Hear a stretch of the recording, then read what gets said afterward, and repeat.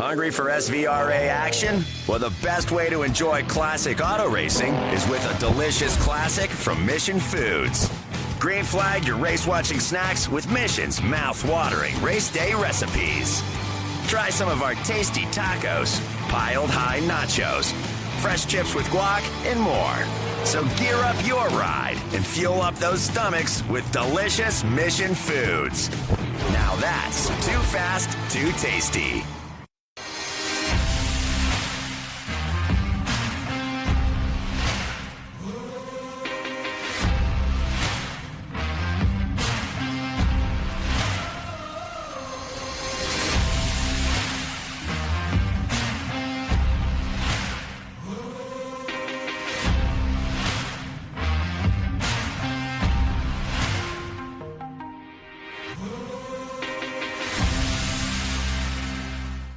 Lightweighting means reducing mass and consolidating parts. No one tackles these design and tooling challenges better than three-dimensional services. We'll provide flexible tooling solutions, including integrating parts, reducing design complexity, or even design changes. We're the go-to source for rapid manufacturing and low-volume production. Trust three-dimensional services to develop the most efficient approach to meet your lightweighting challenges today. Three-dimensional services. Prototype, production, proven.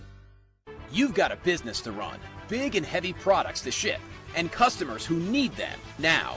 When you've got the right driver and the right equipment, you can bet on a spectacular result. Bennett understands complex logistics and puts the best team, the most time, and the latest technology into every customer relationship.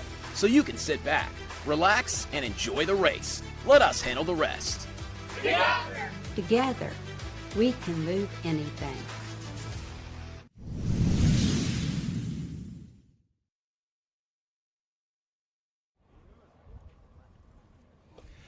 Hello and a warm welcome to a very sunny New Orleans, Louisiana, here at NOLA Motorsports Park for round 2 of the Big Machine Vodka Spiked Coolers TA2 series. I'm Jonathan Green, alongside me, Al Unser Jr. We are looking forward. As you can see, the grid has formed up behind us. It's perfect weather for racing.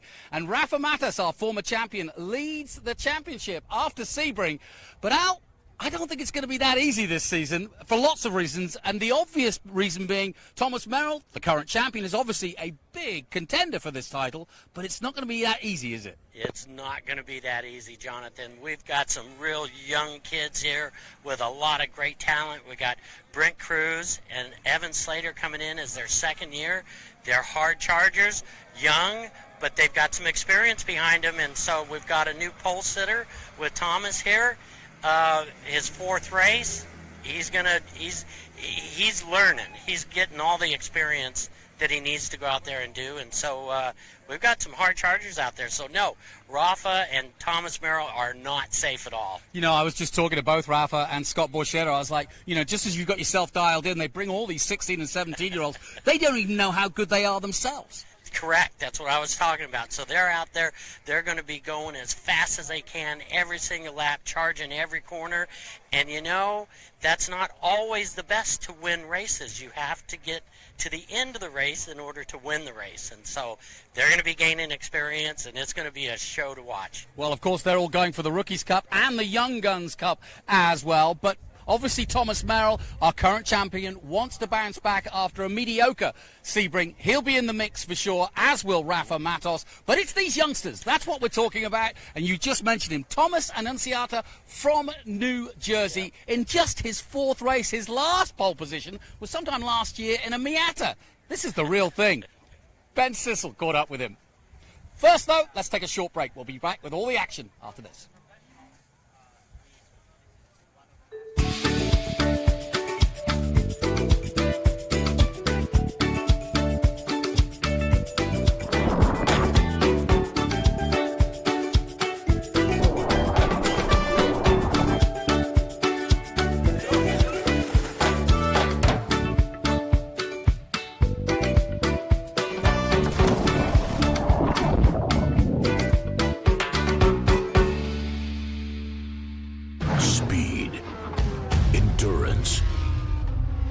Desire. For 160 years, Motul has helped engines and drivers go faster, further and stronger. Tested in the heat of battle. Driven with passion. With one aim, to give you superior powertrain protection and performance. Motul.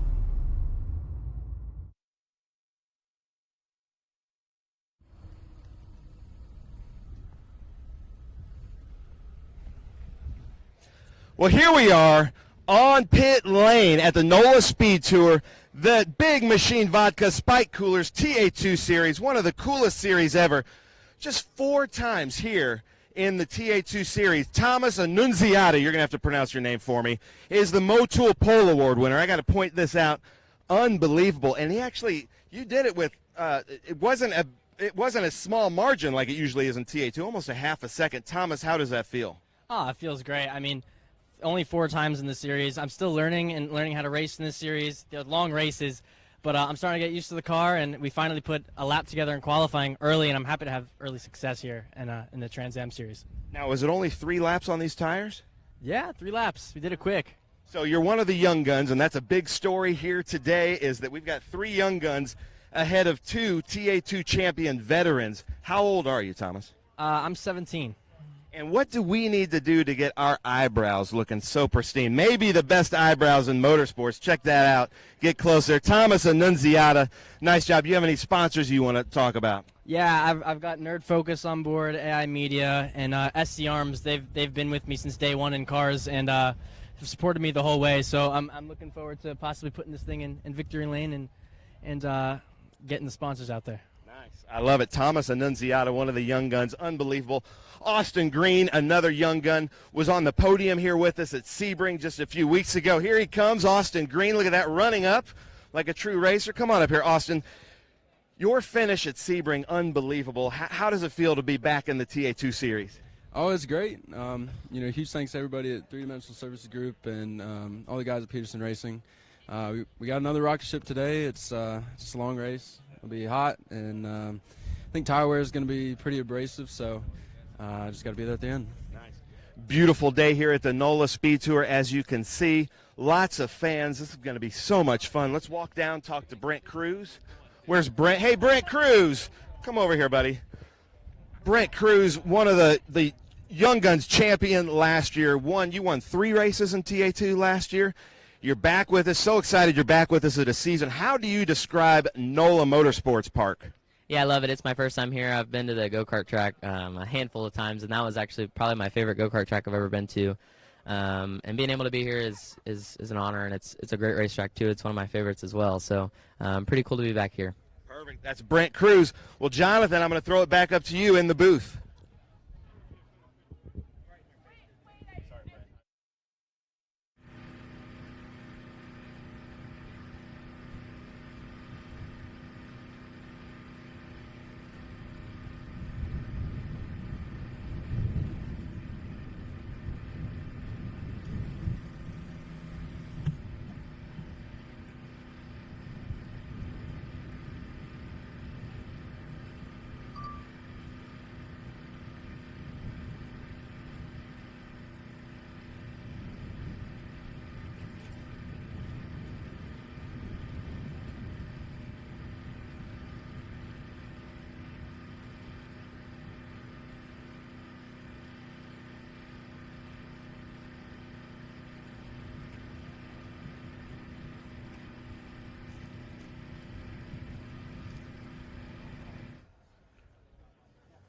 So excited to be back here with the Big Machine Vodka Spike Coolers TA2 series, and welcome to the MAV Fast Channel viewers.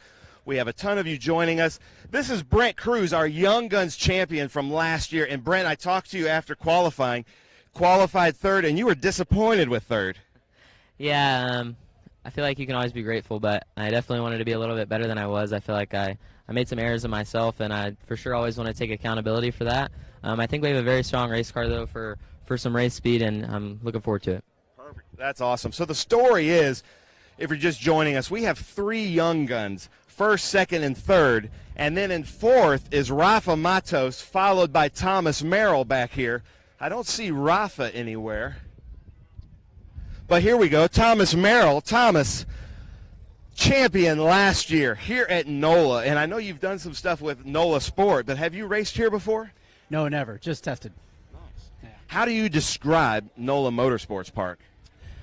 Bumpy, physical, and a lot of fun. I enjoyed it. I enjoyed it a lot more than I thought because it's a very flat racetrack, but it's got a lot of really cool corners, a lot of fast sections, and it's built on a swamp, right? So it's really bumpy, and that adds to the character, and so knowing where the bumps are and how to manage that is going to be a big factor. But I think the big thing, honestly, for today's race is going to be the fatigue.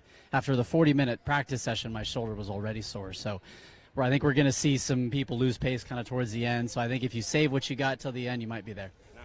Hey, and Rafa, I'm going to have you jump in here with Thomas because the story we're talking about here, these two were at it all year long. They came in, the championship was tied last year, and then Thomas had more wins. It was that close. But it's unusual to be behind all these young guns. How does that make you feel as a TA2 veteran, Rafa? Well, I'm okay. We had a little bit of a hiccup yesterday in qualifying. We were quickest in practice. And I think we went backwards, but we changed the car back to where it was, so hopefully the car will be fast. Hopefully we'll be in contention for a podium finish, but it's a points race championship. We got to keep finishing. We can't afford to have a DNF, and I'm hoping to have a clean race with all the young guns, and Thomas he's a champion. He's a high caliber driver, so I expect to have a good battle with him as well. Yeah, it's a little bit different because I think some of the young guns are really trying to make a name for themselves. And they're also trying to win a championship, but you two, you guys know how to win championships. Yeah, I mean, it's about playing the long game, right? And so you kind of have to know who you're racing against. And I certainly learned that at Nashville last year. Looking at Brent right now, but it's all good. But yeah, you have to know they're coming, and sometimes you have to give way and just play the long game. So experience matters for sure. Nice. And for those of you who are wondering, Brent Cruz kind of said, hey, Thomas, go see how hard these concrete walls are at the Big Machine Music City Grand Prix. Lots of fun. Lots of fans down here. Look at this. We got three weird dudes in these blue shirts. Are you guys having fun at NOLA Speed Tour? We're having a great time. I mean, this is amazing. It's so much fun. It's awesome. Yeah. I love it. Well, thank you guys for joining us. So much fun. Thomas Merrill's car here. Here, we got to talk to this man. And from Argentina, Mariano Warner. We might need an interpreter. But maybe, from what I'm seeing from his followers, the second most famous athlete in Argentina. Piloto más argentino, más popular en Argentina. Bueno, thank you very much. Very happy. Thank you, Trans-Am category. We are going for good race. Esperemos funciona bien. Nice. How cool is that? In Argentina, if you're tuning in, this is the man to watch here. Check out this car, number 12, Mariano Warner. We've been so impressed with him, a huge fan base. Speaking of huge fan bases, the man that won the Sim World Championship against even the likes of people like Max Verstappen here with the food processing equipment company car.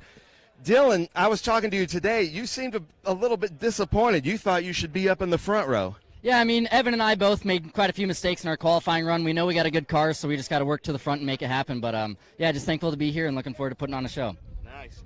Dylan Archer, we got to get a shot here. Bobby Archer, look at that hunk of a man there in the blue. Check that out. That's Dylan's dad, Tommy and Bobby Archer. Some of our legends in Trans Am. And then speaking of the Big Machine Vodka Spike Coolers TA2 series, we've got the Big Machine Vodka Spike Coolers TA2 car here, the number 48, Scott Borchetta. Scott, you had some great runs last year. I think Sebring was maybe a little bit disappointing start for you here in 2023. How are you going to change it here at NOLA? Well, starting 10th, so I only got 9 guys to pass, so there's the mission. But, no, the car is good. Guys really worked hard on it, and we didn't fire off really fast. So finally, by qualifying, driver and car got together and put up a good number. I think we'll race well. So it'll be really interesting. We've never raced here before as far as this group of us. And going into turn 1, everybody's just got to be a little bit patient. You know, we shouldn't be 3-4 wide because you're not going to get 3 or 4 through there. So hopefully we can get clean through the first few laps and then go racing.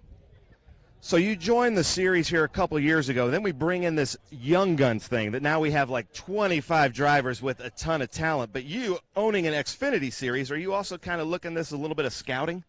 Oh, yeah, it's always great to be out on the track and just see what these guys do. And also watching, somebody like Evan Slater who I first met him at Lime Rock, and watching him really start to get consistently really strong. So watching the arc of growth, it's not only coming in and being fast, but watching the improvement as well. But no, you look at Brent and Connor Zilic, and I got a shout out to Connor Mosak, who's getting ready to start his Xfinity series debut this week. So he's a big machine driver for us for this weekend. But yeah, man, they're always nipping at my heels. Every time I think I've made a gain, it's like there they are again. So it just keeps us working really hard.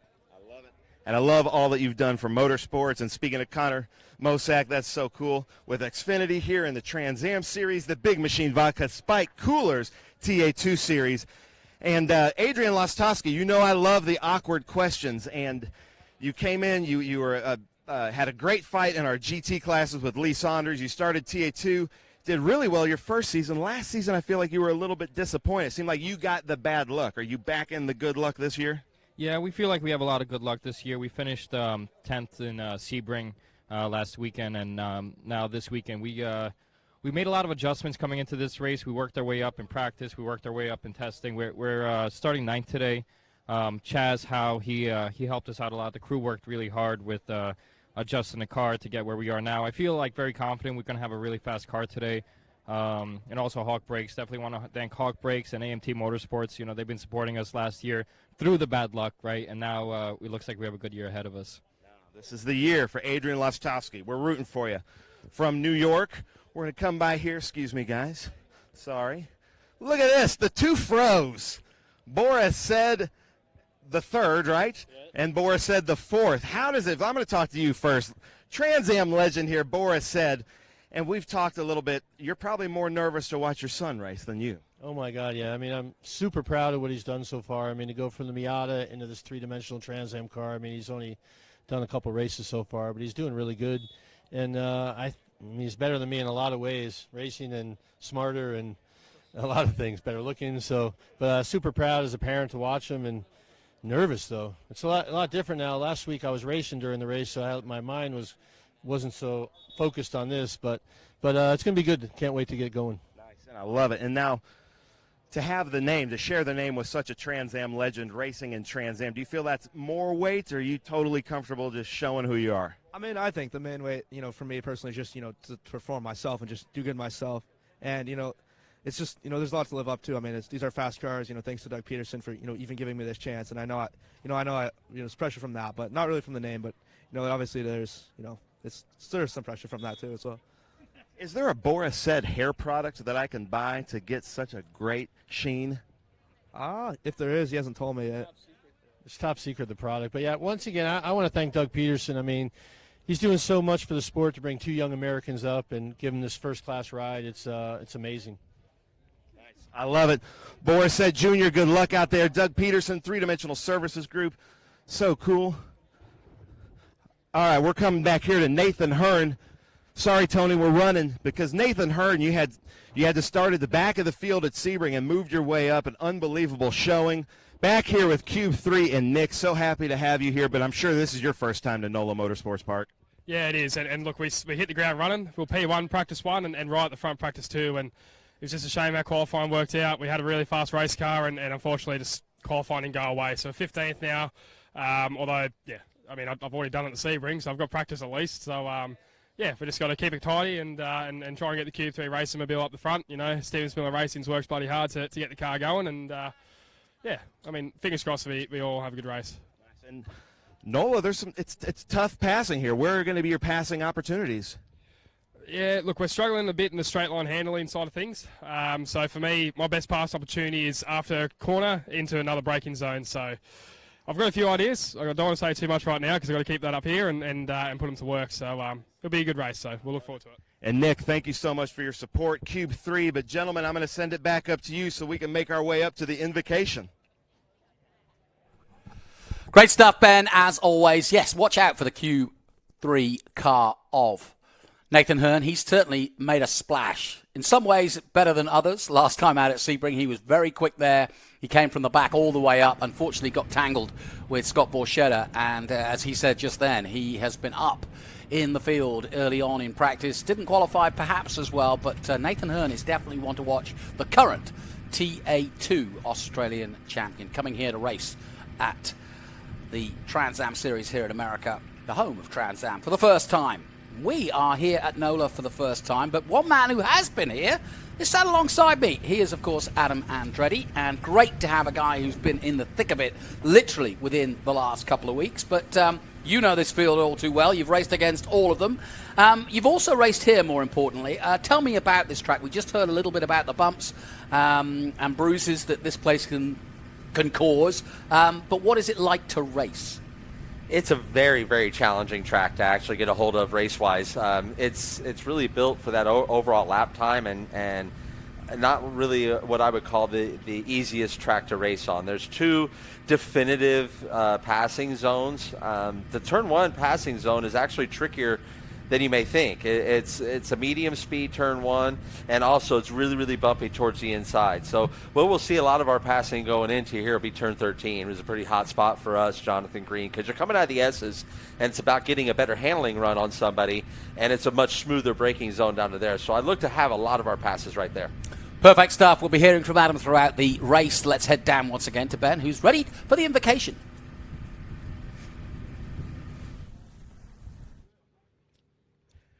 All right, well, welcome back, and I want to introduce my friend Bill Knox from Road Race Ministries to deliver the invocation. If you would, please remove your hats. If you'll join me in prayer. Heavenly Father, we give you thanks for this glorious day and this great establishment. Father, we ask for your protection upon all the drivers, the crews, the spectators. Father, keep us all safe. Father, we ask for your hand also upon the EMS, our first responders, our police officers. Father, keep them safe as they do their best to protect us. And Father, watch over our military across the world, within the country, Father, as they protect this great country that we all love. In your Son's most precious name we pray. Amen. Amen. Bill Knox, thank you so much. And ladies and gentlemen, I'm going to introduce Keely LeCompte, here local. I've heard a lot of great things about you, to deliver our national anthem. Keely, take it away.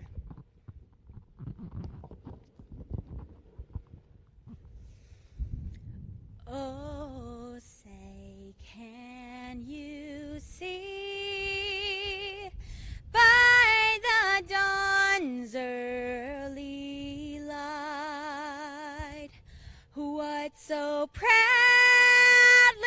we hailed at the twilight's last gleaming, whose broad stripes and bright stars through the perilous fights for the ramparts we watched were so gallantly streaming, and the rockets' red glare, the bombs bursting in air, gave proof through the night that our flag was still there.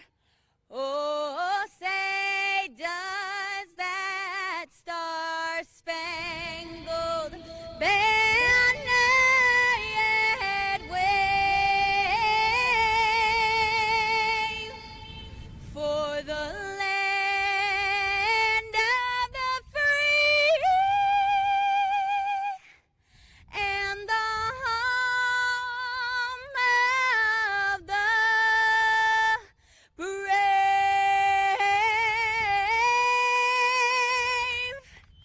Thank you. Oh, my goodness. Keely LeCompte, absolutely beautiful.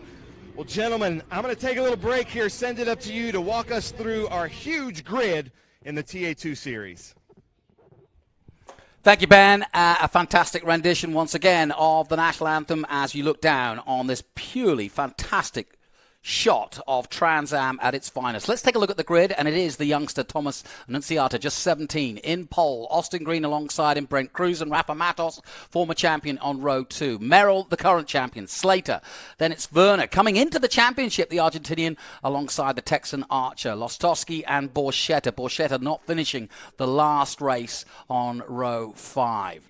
Further down, Zilic, Said, Sarge, Mock, Nathan Hearn, we heard from him, the young Australian, then Gray Moffat, of course, grandson of Richard Petty, Ben Meyer, another youngster, Barry Bowes, having problems yesterday, but A-OK now. Keith Prochuk just behind him on row 10.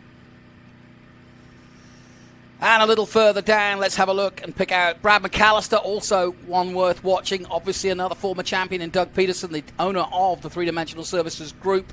Tommy Sheehan, who's raced here before. Abate also has raced here before. No time for Dylan McAvern out at the moment. We think has got a little bit of bug, and so I don't think Dylan will be taking part, but it's still a massive field. Let's head down now once again to Ben Sissel.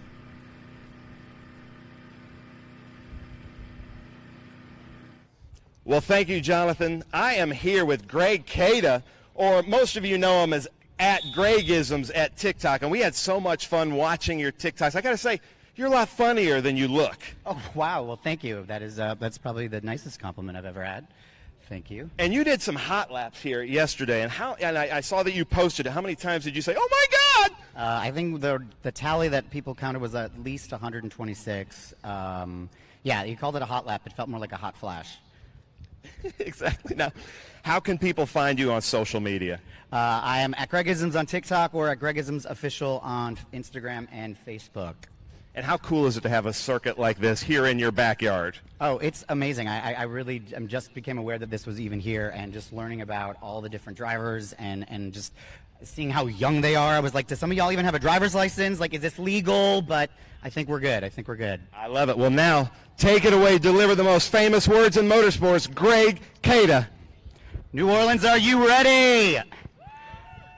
Oh, we can do better than that. Are you ready? Drivers, find your joy and start your engines!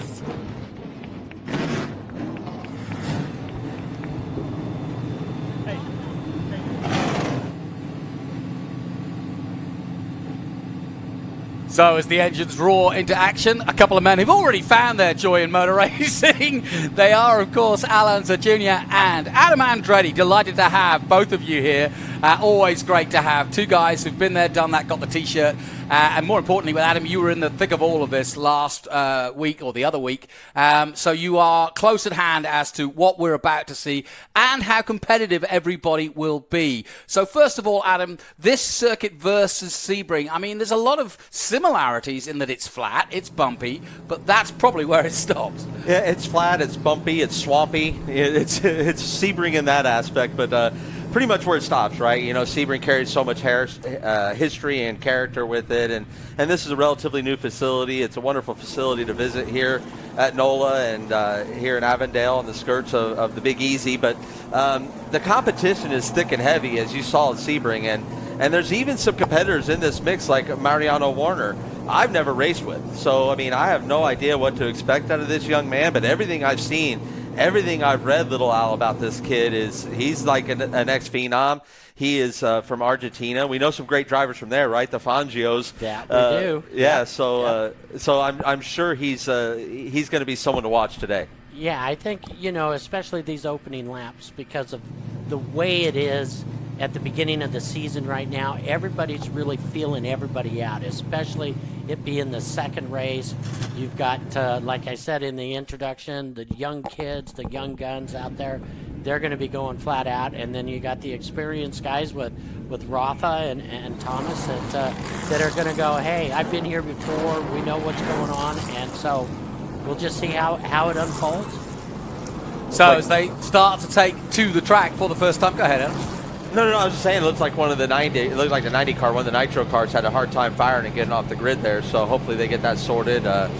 You know, sometimes just sitting out there in the heat for a little bit, you know, causes a little vapor lock, and and you just got to bump through it, and so hopefully they'll get that thing going. But yeah, they're rolling out here on grid, and this is going to be, and this is also one of those racetracks, Jonathan Green, that you got to be careful of the rear tires, just like all Trans Am, you know, all Big Machine Vodka, Spike Cooler, TA2 races. You have to take care of those rear tires.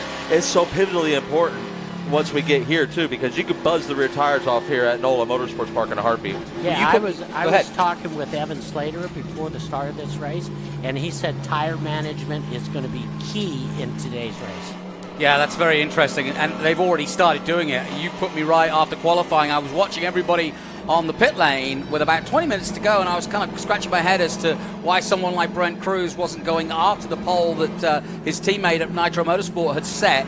And likewise, Rafa Matos and the three-dimensional boys. And the reason being, and you confirmed it, they basically don't want to waste tires when they felt that they'd already done the optimal time that they could do on the tires with that temperature and so on. You're exactly right, Jonathan Green. I was sitting there like on my pretend radio during qualifying yesterday. Yeah. Like, no, you guys got to pull these things in. I mean, when I was seeing guys out there for 5-6 laps, I was like, you have no idea what you're doing to your 100 miles tomorrow. It was going to be, the money lap was on lap 3. It was like that for almost everybody, unless they just couldn't find their way in traffic. But that money lap was there, and even the cars that I saw come bleed down the tire pressures to try and get another run at it, they could see it on their dash that they had nothing in it, and even by the time they got to the back straightaway, they cut it off, Al. Yep. The smart thing to do would be to save their tires. And as you can see, we're shuttling through the onboards. We'll be on board with the Big Machine Vodka Spike Coolers. Scott Borchetta, who, as he said, only got 10 to pass, so he's in a good position. But it is good qualifying for him, and I'm expecting big things from Scott. He got taken out, as we heard, at Sebring, so he'll be wanting to change that. We'll always be on board with Rafa Matos and the three-dimensional services group, the Ford Mustang. And I did ask Rafa just exactly what his plan was, and he was quite cunning. I've got to know him over the years, and he basically said, you know what? I'll take an opportunity if it avails itself in the opening lap, but after that, I'm going to sit and wait. That's spoken like a two-time champ and the absolute professional that Rafa Matos is. I've been blessed to be his teammate in the past, and he's really, really smart behind that wheel, and he makes sure. And it looks to me like our pole sitter, Thomas Annunziata, is the one that had trouble getting off pit road as I see the full scope of the field here. So hopefully they got that sorted out, because that's going to drastically affect the grid. Then our previous winners here in the corner of the screen, you know, another two-time champion, Gar Robinson, and another past champion in Tony Buffamante. So, and you were here that weekend? I was here those weekends, absolutely. As a matter of fact, a little privately, Jonathan, I'll tell you a story about that one. Okay. Yeah. It was a championship on the line. Yeah, it was a championship on the line right there. It was a key moment in my championship, and a key moment for Gars. I'll say that. I'll reserve a quiet table in a small restaurant for that then. But it looks like this grid is forming up, and again, I don't see our pole sitter. Thomas is not up front where he is, so it might be a little bit of a different there. Okay, let's take a closer look at this NOLA circuit here in Louisiana.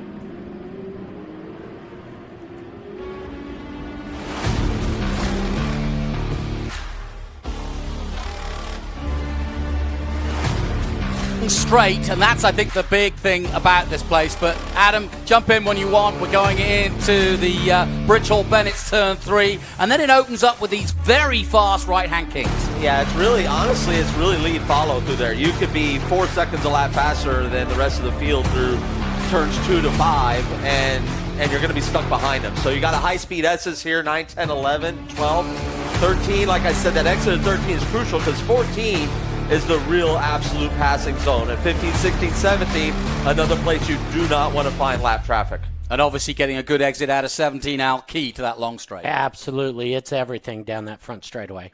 Now we can start to see that turn 3, the Bridge Hall Bennett's turn 3 from high above. And now we're starting to see, guys, it looks a challenge, doesn't it? It's a hairpin, but it's not a hairpin. I mean, it's decreasing radius, so you're not letting, like, we as race drivers, we want the horse to have its head, right? We want to let it go, and with decreasing radius, it's patient, and it's a really difficult balance to find on the car too, because you need the front end to be positive to make that exit, but at the same time, you don't want that rear end to chase it around. The more positive that front end is, the later in the throttle you can get. It's that simple. Exactly right. So that's where this challenge comes in. That's why I say it gets to be real follow the leader through that part of this course here. So again, patience is going to be key here, which which is tough to say to a 14, 15-year-old, is be patient. But we have some of the best on the planet when you look here at the Young Gun Championship. Well, I was just looking, Austin Green high up, obviously, in the actual overall championship, but leading in the Young Guns. And just look at that list. Connor Mosack, Brent Cruz. Connor won't be doing the full season. He's at Xfinity. Evan Slater's here. Zilich is here. Mark Gray, Moffitt. Ben Mayer had a chat with him. And Boris Said Jr. is making his way in the three-dimensional services group. We're on board here with Austin Green. And what an opportunity for this man. He starts on the front row alongside Annunziata. And if he's going to make a mark with his teammate Rafa Matos and actually sort of give his presence or make a presence felt, and you know in a four-man team that the only way you're going to get respect and not all be behind Rafa is to say, well, I'm going to beat Rafa then. Absolutely, and we've had a change up front, Jonathan Green. If you notice, Thomas isn't up there. Austin Green oh, my word, you're pole absolutely position. right. Brent Cruz is now up to the front row, so this is a young gun front row still. But Austin Green, back to your point, what a talented young man. He comes from a wonderfully famous father, a very talented father in David Green, and NASCAR, an ex-Xfinity Series champion, and I'm proud to know them personally, and they're going to come to Green Flag, John, and give us a show. So here we go then, a huge field of TA2 for round 2 of the 2023 TA2 Big Machine Vodka Spike Coolers TA2 series. We're about to get underway. Brent Cruz on the right-hand side, and Rafa Matos effectively vaunted forward. Austin Green there alongside Brent Cruz, but Rafa with a chance now to go for the lead, but already Merrill makes his move, and round the outside goes Rafa, side by side with the youngster, the 15-year-old Brent Cruz, sponsored by Franken Road. And, yeah, you better watch out because Thomas Merrill's coming on the flank. They're going to make it three wide. Thomas Merrill for the lead. Look at the champ, 2022 champion. He's going to get Cruz picks it up. Yeah, because he got a good hook in the back there by the 89. I'm sure that was unintentional, really close, tight racing, but and Rafa Matos got beaten up then. Back. Brent Cruz, and look at Evan Slater, the youngster, up to P2. I promise you, that owner of Ken Thwaites is certainly enjoying the start of this race for his youngster. Well, Dylan Archer, who we're on board with now, he got a good start. They all went past Rafa. He got kind of balked there. But yeah, Evan Slater, look at him go. Dylan Archer losing out then to a couple of guys, including Lostowski as he goes by. Great onboard pictures now. Yeah, that'll be a great replay actually to get is on that start, because what happened there was the 89 started to hook. Started to hook the 26, last year's champion, and that was starting to send a little bit of a spin, and everyone checked up and did the right thing, so we didn't have a wreck, but it really lost a lot of spots and mixed it up really quite well. As we're on board, the Hawk on board here with Adrian Lostowski. Yeah, Lostowski, we're getting great onboard shots already from this race, but we have lost the pole man. He has disappeared, and Annunziata, the young 17-year-old man from New Jersey, getting his first pole in just his 4th race, but doesn't even make the pace lap. Out of the last corner comes Brent Cruz, our Rookie of the Year last year at just 15 years of age. Behind him, though, Thomas Merrill, the champion. Yeah, Brent's a phenom here, and he's already getting a little protected. Oh, Mariano Warner. You know, we had such high hopes to watch Mariano go out there and do his thing, and he's on the hook coming back, so that's a shame. But still got a great race up front as we come back to Austin Green here in the number 89 three-dimensional services group Chevy Camaro. He's leading around Evan Slater, and those two youngsters, as you see, Rafa Matos diving deep on Evan Slater. Rafa. Well, he said he was going to hold back, but I think he's got a bit ruffled from that opening salvo, and Rafa wanting to stay with the leaders. He told me he just wanted to sit back and watch what happened to the front, but he doesn't want to lose the front, and so he wants to stay with the lead group, that's for sure. That's the plan, right? I just find it adorable that Rafa said, I'm going to lay back. I think that's so cute of him to say that, because that's not his style. I do not believe that at all, Adam. Not at all. I mean, he's just being super careful that opening lap, and then now let it get single file as a champion would, and then start picking them off one by one. Yeah, it looks like he's going to really rely on his teammate there. Austin has got, he's got some speed to show right now, and he's really on the charge. I think he was expecting to get out front and kind of take off with this thing, but he's going to battle pretty hard up there. He's P3 right now, Austin Green, that we're on screen with Rafa Matos, the two-time champ. So good clean start, and besides Annunziata going out, and of course Werner, this is a real sad start for him because he was really desperate to effectively get the start to his Trans Am career that he wanted. So bummed for Thomas. What an absolute bummer as we're looking at the three-dimensional services group. But yeah, absolutely bummed for Thomas to not even get off of pit road, and and end up there. And as you see, very protective here on the front straightaway. It looks like Thomas has a little bit more straight line speed, and he's going to pull up alongside. Going to use it into turn 1. And this is a really good move to have, because if you could keep the outside of turn 1, Jonathan Green, you got the inside into turn 2. Yeah, and Zillage on Slater at the same spot. There's Archer. Archer currently in 8th position. Nathan Hearn behind him. We're on board now with the young Texan. And as you can see, Archer in 8th position at the moment. Exciting start to this race. Nose to tail, throw a blanket on the top 4. A little bit of a gap to the next 4. They're mixing it up now. Here we are. You got the 89 of Austin Green up underneath the last year's champ of Thomas Merrill. This is going to be a drag race down the straightaway. Merrill's got some good forward bite. He's going to take this corner, and yeah, absolutely. Now, I have got some updates on Thomas Annunziata. He's in the race. He's currently 17th. He started right at the back because he couldn't roll off the pit lane. But more overtakes going on while I'm reading that to you. Guys, Austin Green and Rafa, yeah? Yeah, Rafa got around Austin Green right there, made a move on Austin, and Austin got checked up a little bit trying to make a pass on Thomas. Thomas got a little bit more forward bite and a run in the corner. Oh, Thomas! Well, they've got a lawnmower here. They don't need an extra one, but they found one there. But he's managed to gather it all together and gets behind Zillage. Big moment then for the champ. Excellent save. And to not tear up the car, because when you get off-road here, Little Al, it wants to rip the splitter off, so he really got away with one there. Absolutely, yes. On board with Lostowski now. You can see how fast and furious and how they're bumping over the curbs here, coming into the stadium section and out of the last corner. Crucial corner this to get it right, but Brent Cruz leading the way, and the heat from Thomas Merrill dissipated somewhat. Now he's got the 2 yellow perils behind him of Rafa Matos and Austin Green.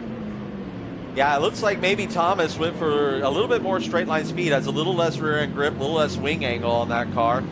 He's not getting through the handling section as good, but he's definitely down the straight line. Guys, what do you see here as we look at the replay? So yeah, Thomas just got too much of the curb. Loose. Yeah, he got too much of the curb. Yep. He grabbed a little bit too much of that curb, and we run a very aggressive suspension setup on these TA2 cars right now to get the best advantage of that Pirelli tire. And really, you come to find that if you grab too much of the curb, it releases too much of the energy that's built into that suspension, Little Al, and it really makes the car a handful for a moment. Yeah, and it would make it snap out running stiff springs like that. Yep. Yeah, there's Rafa. I mean, he's doing a great job. 1 by 1 is what he's doing, and so look for him to close this gap and see what happens there. I see, knowing what I know about Rafa, he's at this point right now in the race that he knows that he can run this pace and feel like that kid is pushing his car to keep the pace ahead of him of Brent Cruz. So with Brent, he feels like he's pushing Brent, and if he's just nice and relaxed, it's only going to help him save those also precious Pirellis for the end. You're listening to Al Unser Jr. and Adam Andretti as we take a look at Brent Cruz going about his business on board with Matos. Green, Zillage, Merrill has recovered to 5th place. And that's your top 5. Still a long way to go, though, in this race. 4 laps of the 37 gone. And this has far from started, even, in many ways, with Annunziata already starting to come through the field. Yeah, just listening to his throttle.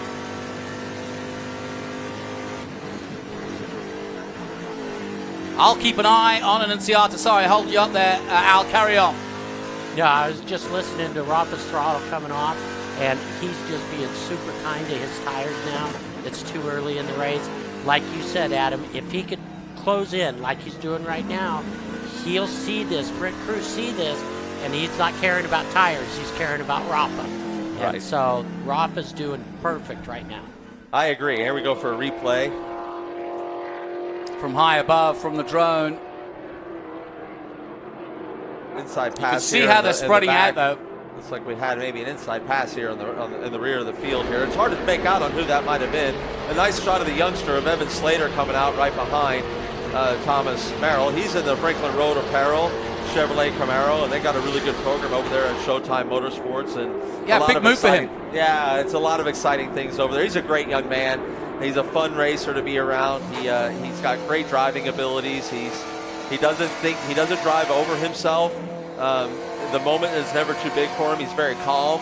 So it's a pleasure to have him in this series. He's 17 years old and he's a professional race car driver. You talk about living the dream, right? Oh, no kidding. That's totally it right there. And he's soaking in every moment. You know, to get to work for and to drive for a man like Kent Waits, it's a great introduction for this young man's career for sure. So then we're watching Evan Slater go about his business. He's just moved to that Franklin Road apparel team for showtime. So Kent Waits will be watching on. He'll be in action in TA tomorrow. Looking forward to that one. That's our feature race for the Speed Tour. But at the moment, we're watching Brent Cruz as bit by bit Rafa Matos is reeling him in. Austin Green still very much in the hunt. And Connor Zilic has put himself in a position to go for it. Connor and I had a wonderful talk before the race. So, yeah, go ahead, Johnny.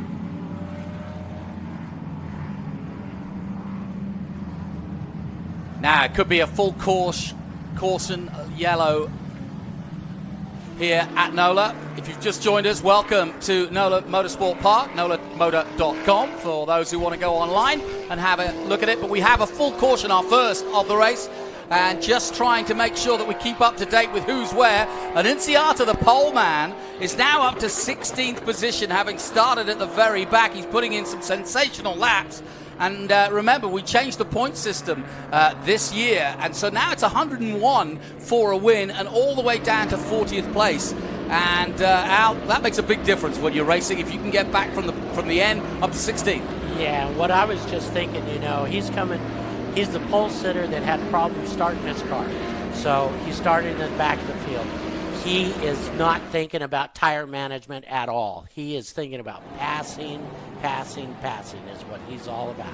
Yeah, and he's going to use these cautions because, I mean, Adam, you tell me, a caution like this is going to help your tire management because you're not wrecking them all the time. Well, that's the thing. The Pirelli tire, the TA2 tire that they have in these cars, it's a sensitive tire in the sense that if you upset it, if you abused it, you can't really at race pace bring it back to you. You can't be gentle on it and still hold lap time. You need to actually get a caution to cool the things down to bring it back to the right operating pressure. And that's really the tricky balance of this Pirelli tire and those that understand it the best. This is a 100-mile race on one tire. And those are some of the most challenging kinds of motorsports out there is because you don't get that great feeling of, hey, I'm going to come in and put a Band-Aid on this car and get 4 new tires. You know, you're kind of stuck with what you have here. And so, yeah, you know, he's not thinking tire management. He's thinking all pass, but you still can't be just negligent of your tires because you'll have nothing.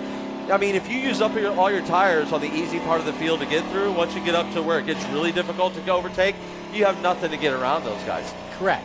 He's doing everything he can to pass. And then the other thing about this caution tightens up the field.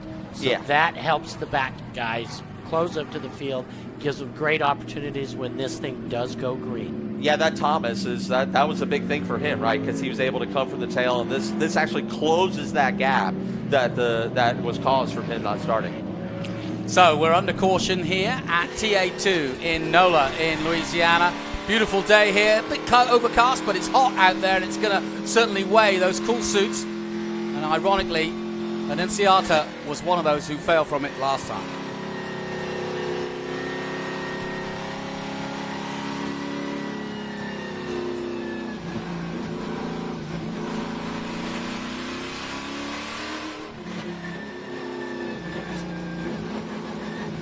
And it was Thomas Annunziata. We're keeping a watchful eye on the pole man who didn't get off the line in the roll-off of all things. And he looked so cool, calm and collected. Had a chat with him beforehand. And he was really looking forward to this race. So he's going to be mad as hell inside that helmet. But he's doing the sensible thing. And you can see from the board here, he's in 15th place now. So he's got past both Mayer and Prochuk. And now going in pursuit of Gray and Moffitt. Mock ahead of then Sergej Borchetta still in the top 10, just behind Archer. Lostowski in 8th, Hearn, Slater. Hearn's got up to 7th, so the Australian on the move yet again. Merrill still in the top 5, Zilic in 4th, Green, Matos and Cruz. And at the restart, I wonder what Matos will do. I'll turn to my learned gentleman here. How do you do the restart, and what do you do at the restart? Well, Rafa's kind of a master of these restarts. So, you know, for Brent Cruz, this is a great learning curve for him as far as, you know, keeping a great champion like Rafa Matos behind him on these restarts. That's the trickiest part. But the people I'm really watching on this restart, Jonathan Green, are a little bit deeper in this field. Connor Zilic, he looks like he's ready to go. He had a really good short run car, it seemed. Nathan Hearn, he really needed this yellow also to get him back tight with this field. I think he's going to be definitely a driver that we see on the move. And obviously Thomas. So like I was saying, you know, Connor Zilic had a nice little chat with him before the race, and and he's more poised than I saw him last year. He's even more mature, and he's looking ahead and really excited for what's coming. But I think we're going to go. Well, I don't think we're going green this time by. I believe the pace car is going to do the pace car's still out there. Still out. I've still yet to see why we were under yellow anyway. I haven't seen any car that was kind of in a harm's way or anything like that. So as you can see, the pace car coming down the main straight again, and we will be doing another lap under safety. So the pace car on track here at NOLA. Brent Cruz chasing it, keeping the tyres mechanically warm, and likewise Rafa Matos winding his way behind, and then comes Austin Green. An important race for Austin if he wants to make his name on the team. Second in the championship, and looking for first in the young guns as well. Remember, the drivers under 25, and that includes Thomas Annunziata, Dylan Archer, Caleb Bacon, Kylie Bryson, Brent Cruz, Parker DeLong, Taylor Gray, Austin Green, Nathan Hearn, the Australian, Tad Moffat, Darren Mock, Connor Mosack, who's only doing a shortened schedule, and Luke Rumberg.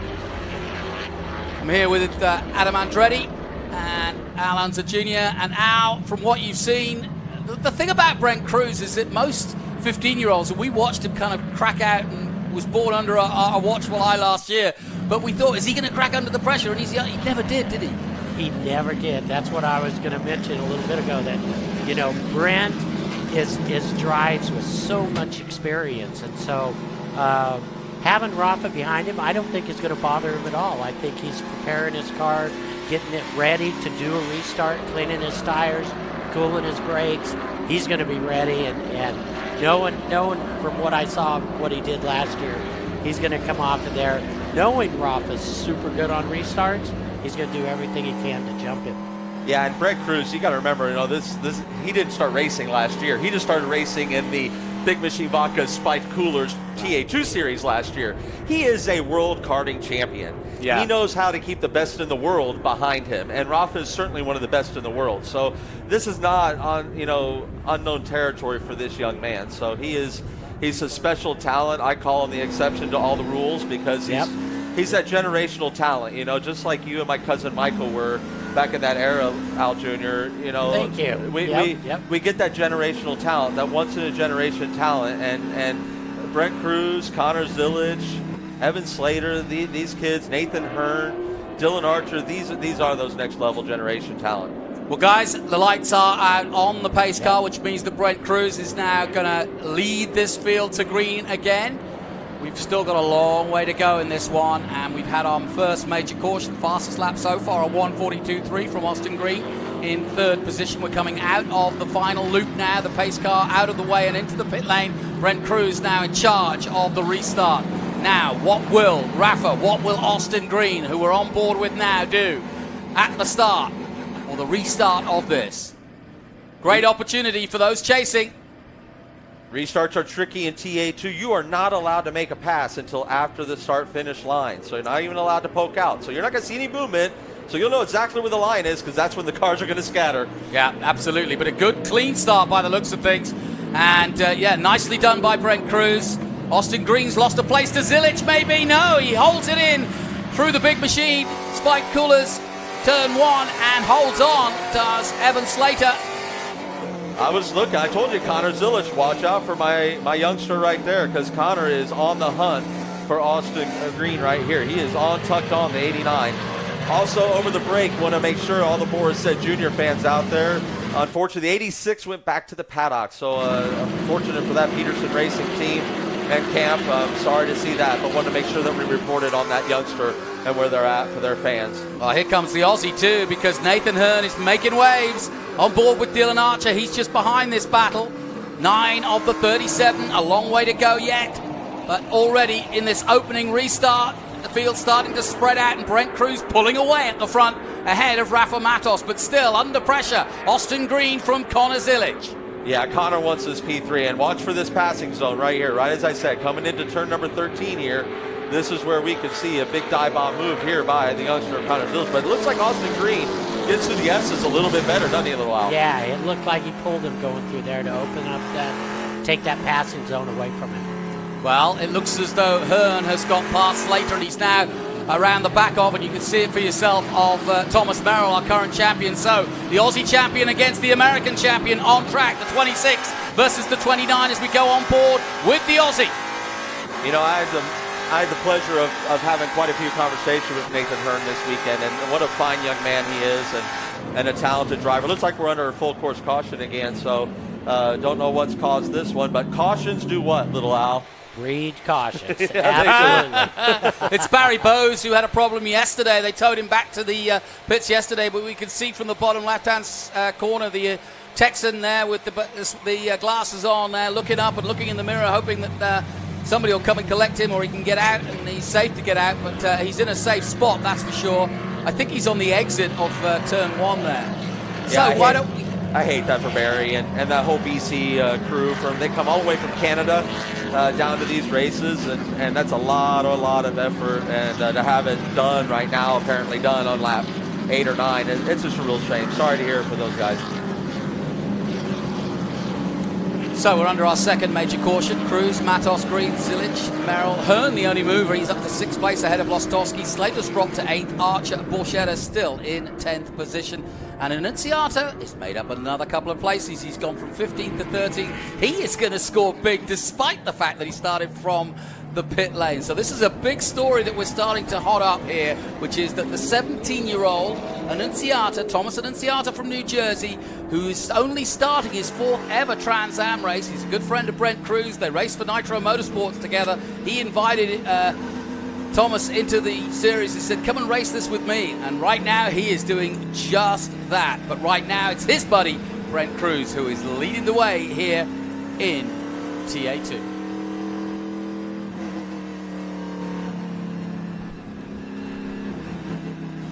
So then, Rafa Matos waiting to build. He didn't get the perfect restart last time. In fact, Cruz got away better than did Matos. Boys, you watched that restart. Anything you want to talk about in terms of what they're going to do the next time round? You know, I thought Rafa laid back a little bit too much. I thought he should have been a little bit closer to Brent coming down for that restart.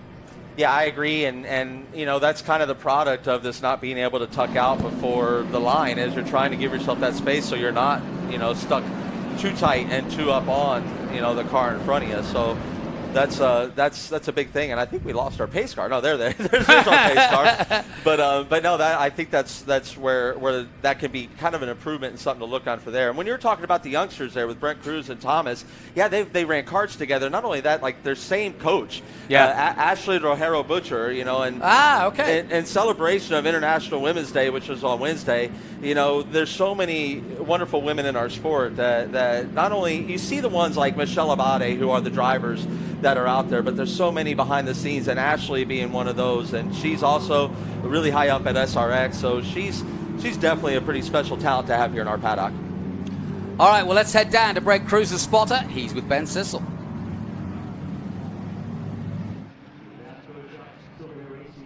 So I'm with Nick Tucker, who usually hides from me, actually the crew chief for Brent Cruz.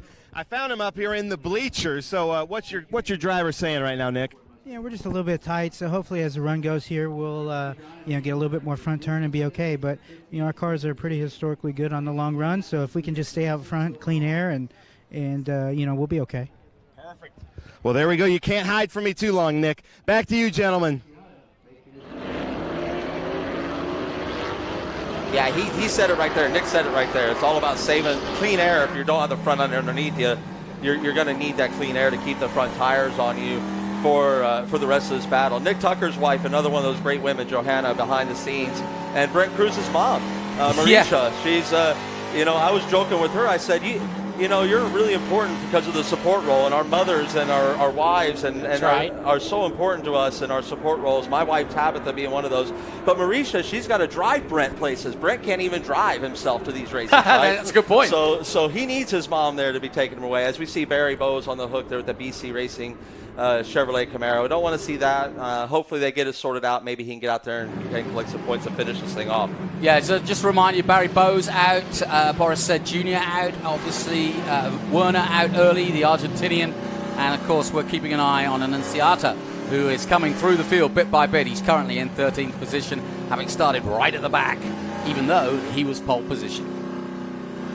Nathan Hearn's the man to watch, no question about it. He's behind Merrill, and it's going to be interesting to see how these two get on, because by now, Thomas Merrill will be all too aware who's behind him and knows that he's an aggressive driver.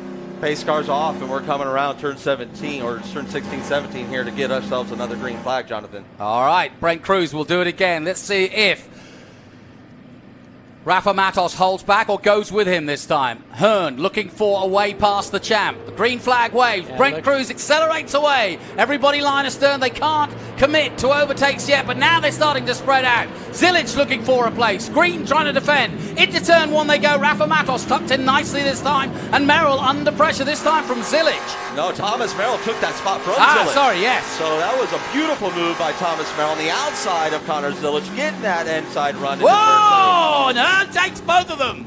And look at Hearn, Nathan Hearn, knowing what he needs to do. What did he say, Jonathan, at the pre-race? I have to find the gaps in between the corners and really make that dive bomb move, and that's exactly what he did right there. That was Open up the door. It looks like Thomas is going to give him a little shoulder rub and say, hey, buddy, you're looking at the American champ here. This is great racing. Merrill got through, but Zilic, and now the Hawk-sponsored Adrian Lostowski in the hunt, but Nathan Hearn just stole a march on both of them as wide goes Lostowski. Luckily, he gathers it all together, keeps it forward, just about. Yeah, Adrian, boy, it caused a little bit of an effect back there, a little bit of a cause and effect. He had another car that ran off right as they went off the shot there. So looks like Adrian lost all the air on the front of the car, and the car just shot. He tried to get it recovered, but he put the wheel in, and we didn't get any turning. Yeah, he did. He overshot that corner. So we're underway again. 12 of the 37 gone. A long way to go in this one. And it's fast and furious here at NOLA in the Big Easy. But it doesn't look that easy at all at the moment for Rafa Matos. He knows that he's built up respect. He was asked about that by Ben on the grid. What about all these youngsters? And he said, I'm fine with it. But the truth is, Rafa Matos has been, since his first win in 2018, he could kind of look across the paddock and see where his rivals were. And most of them were in his team. This weekend, he doesn't know who he's going to be fighting with. That's exactly right. This field has gotten so deep on so many levels. We have great commitment from other big operations that are really up in the game to match the Peterson game. So, and you're seeing that, right? And then there's that talent that's coming in from all over the world, right? We had Mariano Werner, unfortunately, didn't get a chance to see his performance, but he's looked great all weekend long. We're seeing what Nathan Hearn could do. He's from P15 to P4 right now on one of the hardest tracks to pass. Oh, Lostowski had another look at that. Good save, Al. Yeah, he did. He did a great save, for sure. It looked like he was tossing a pizza in there for a second. One of them New York pizzas there. He was tossing everything he could. He was throwing lids, that's for sure. But we're back to the action now as they come out of the right-hander. Fast down the back straight they come. A little bit of dust flying up there. But perfect conditions for racing as we go back on board with Austin Green in third place, looking to lead the rookies. But Brent Cruz will have something to say about that afterwards. And for those at home think that Brent was swerving to get away from Rafa, that wasn't it at all. Remember, that's where everyone went off. There's a lot of gravel on track. That was a veteran move. You don't want to be the first to that gravel and puncture one of these tires. We don't have a whole lot of, it's not even, it's a slick tire, so there's very little rubber that protects it from the track. So it doesn't take much to slice one of these tires open. And Inciata up to 11th now. He's going to be in the top 10 before you can blink an eye. Great racing. Yeah, and then also what I'm noticing, Adam, is offline, off the groove, is super slippery. I think that's what caught Thad out there. Yeah. Yeah, no, that's exactly right. You don't want to get offline here, and it's not only more slick, it's even more bumpy, right? Because as we alluded to, we're built on a swamp here, so the ground is always settling. But if the ground seems to settle smoother, where the heavy cars run over it, as opposed to where the ground has had very little traffic. So on board here with Nathan Hearn, he's got himself a gyro cam on the inboard. It looks like there, but really, really good shot here that we have from our Green Light TV crew as we come forward. And it looks like Connor Zilic is being held up by last year's champ. He wants to get around. And this was a great battle at COTA last year between these two, if we remember correctly. That's right, yeah. Zilic, the youngster, just 16 years of age. And, of course, Thomas Merrill, our current champion from Salinas, California, grew up racing at Laguna and has finally got that championship that has so eluded him over the years. and deserved it in many ways. He was there at the end. It's the key to motor racing. You've got to be there right at the right time, and he was. And he took it away, sadly, from Rafa Matos, who did everything right, and then it all fell apart at Coda for him. But Rafa will not be intimidated by that. He knows that's racing, and he'll be back this year, and he already is. You can see he's already vying for a race. I've got some big news for you guys. They're all watching in Australia. I know that for a fact because I'm getting messages. They're all watching Nathan Hearn. They're watching in both Argentina and Venezuela because there's big fans for, of course, Werner, who is out. They call him Zorro or the Fox, but he sadly has gone to the foxhole, I'm afraid. But he'll be back in action again, folks. So please stay tuned in those countries because we want to bring you TA2 action every weekend that we can, and this is the very best in the world. Brake crews now under pressure as they dive into the Big Machines Vodka Spike Coolers turn 1. There it is. Yeah, it looks like you could throw a blank over the top 4. I think the top 4 are setting themselves up. They're almost half distance right now. They're really measuring everything up right now to get to the end of this event. You're exactly right, Al. I mean, I kind of was witnessing that in practice. I've been in this Big Machine Vodka Spike Coolers TA2 class for so long that you start to be able to read practices into our qualifying and know what the kind of the race, how it's going to unfold if you don't have any crazy untangibles. And what we saw in practice was exactly what we see here. Where these were our top 4, and they kind of were separating themselves from the rest of the field in consistency over the long run. And over the long run is what matters here on a 100-mile race on the same tires. So yeah, this is playing out very similar to the way I was kind of visioning in my head. Nathan Hearn is really throwing this thing around, and I mean, again, he's driving it. I tell you what, he is holding a pretty wheel, and he's making those Australian folks proud back home because that's really driving the heck out of one of these Big Machine Vodka Spike Coolers TA2 cars. That's for sure. As you can see, the gyro cam in the back, in the bottom left of your screen. Yeah, I love it. I love this camera that you've got down here. It's superb. Hey, listen, guys, I've got news for you watching in Argentina and Uruguay. Hola! He's back on track. Zorro, the Fox, he's back on track in 28th position. He's a few laps down, but Werner is back. So watch out down there because he's back out on track and we'll try to side his way through. But the man we're watching is Nathan Hearn, without a doubt, and Annunziata, the youngster from New Jersey, as they too side their way through this pack. Yeah, it really looks like those Peterson Racing three-dimensional services group cars are coming into their own in this after this last restart. They're starting to really close the gap and to do it pretty handily and easily on the leader of Brent Cruz in that number 70 Franklin Road Apparel Ford Mustang out of Nitro Motorsports.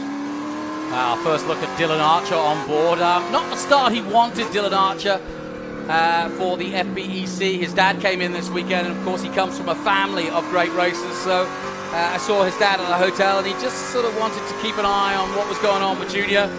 He just felt that it wasn't as settled as it needed to be, and he wanted to come down and just sort of help out if he could, and that's what he's doing. Well, and his Aunt Katie, another shout out to another excellent woman behind the scenes of our motorsports deal, and in honor of International Women's Day, and Katie Archer. She's at pretty much every one of these events supporting her nephew, their Dylan, and so she's out there also to make sure that that they're want to make sure that Dylan's getting all his needs met. Mainly you want to make sure off the track so you have no distractions. As we're on board with Adrian Blastowski again, and he's starting to recoup and needing to recoup from his little off-course excursion that he had a little bit earlier, because he had a really good run going. He was hanging tight up there in the top 10. Mariano down again. He's out again. That's a shame. So sorry for all the Argentina fans that tuned in, but yeah, I do not believe this is the last we'll see of Mariano. He is actually driving the Mike Cope chassis that won the championship last year with Thomas Merrill behind the wheel. Yeah, and he's a good friend of Thomas and of Keith Prochuk, and in fact, he came to COTA last year, took a look, and really liked it. He races in Argentina in TC cars, and obviously very similar in many ways, but this he felt was a much bigger step up, and obviously the competition, and he's just excited to be here. So we're going to be seeing much more of Mariano Werner. And we're grateful to have him, right? The international flavor is just outstanding within this Trans Am paddock. And now we'll look at the 3 wide. Adrian going in on Keith Prochuk there, right behind Thad Moffitt, Richard Petty's grandson, right in front of him. As you see, Brent Cruz trying to get everything out of his Mike Cope race car right there, prepared by NOLA Motorsports. That's a really good look at how that kid holds the steering wheel, and it's really, really nicely done. So Cruz, Matos, Green, Hearn now in 4th place. This is a fantastic run from Nathan Hearn, who started off one of the free practices the fastest out there. Remember, he's never seen this circuit until this weekend, and he's just blazing a trail, no question about it. Oh, Rafa, get a little bit too much of that curve, almost like what we saw earlier out of Thomas Merrill. So you don't want too much of that, but Brent Cruz just absolutely blew the apex just in front of him, tightened up the gap, not what Brent wanted to do there. Yeah, you know what I'm noticing here? We're right at half distance, and I'm noticing most all the cars are losing that tire grip. Yes, they are.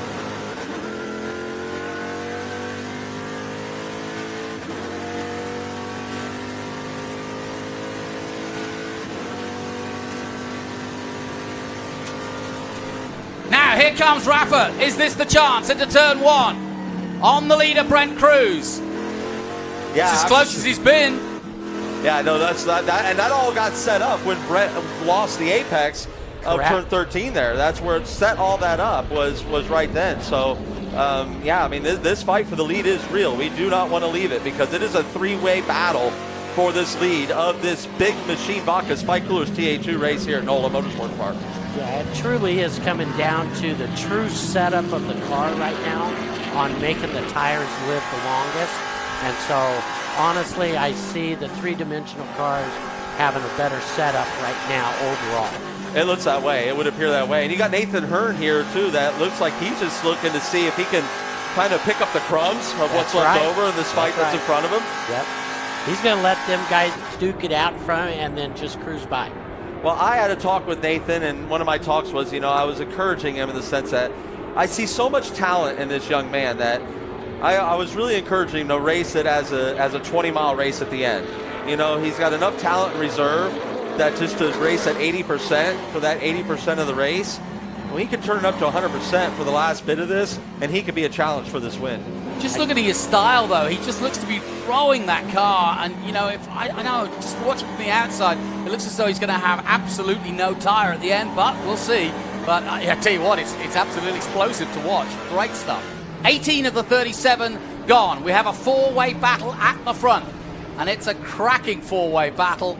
Zilic and Merrill doing their own battle, but Cruz out front.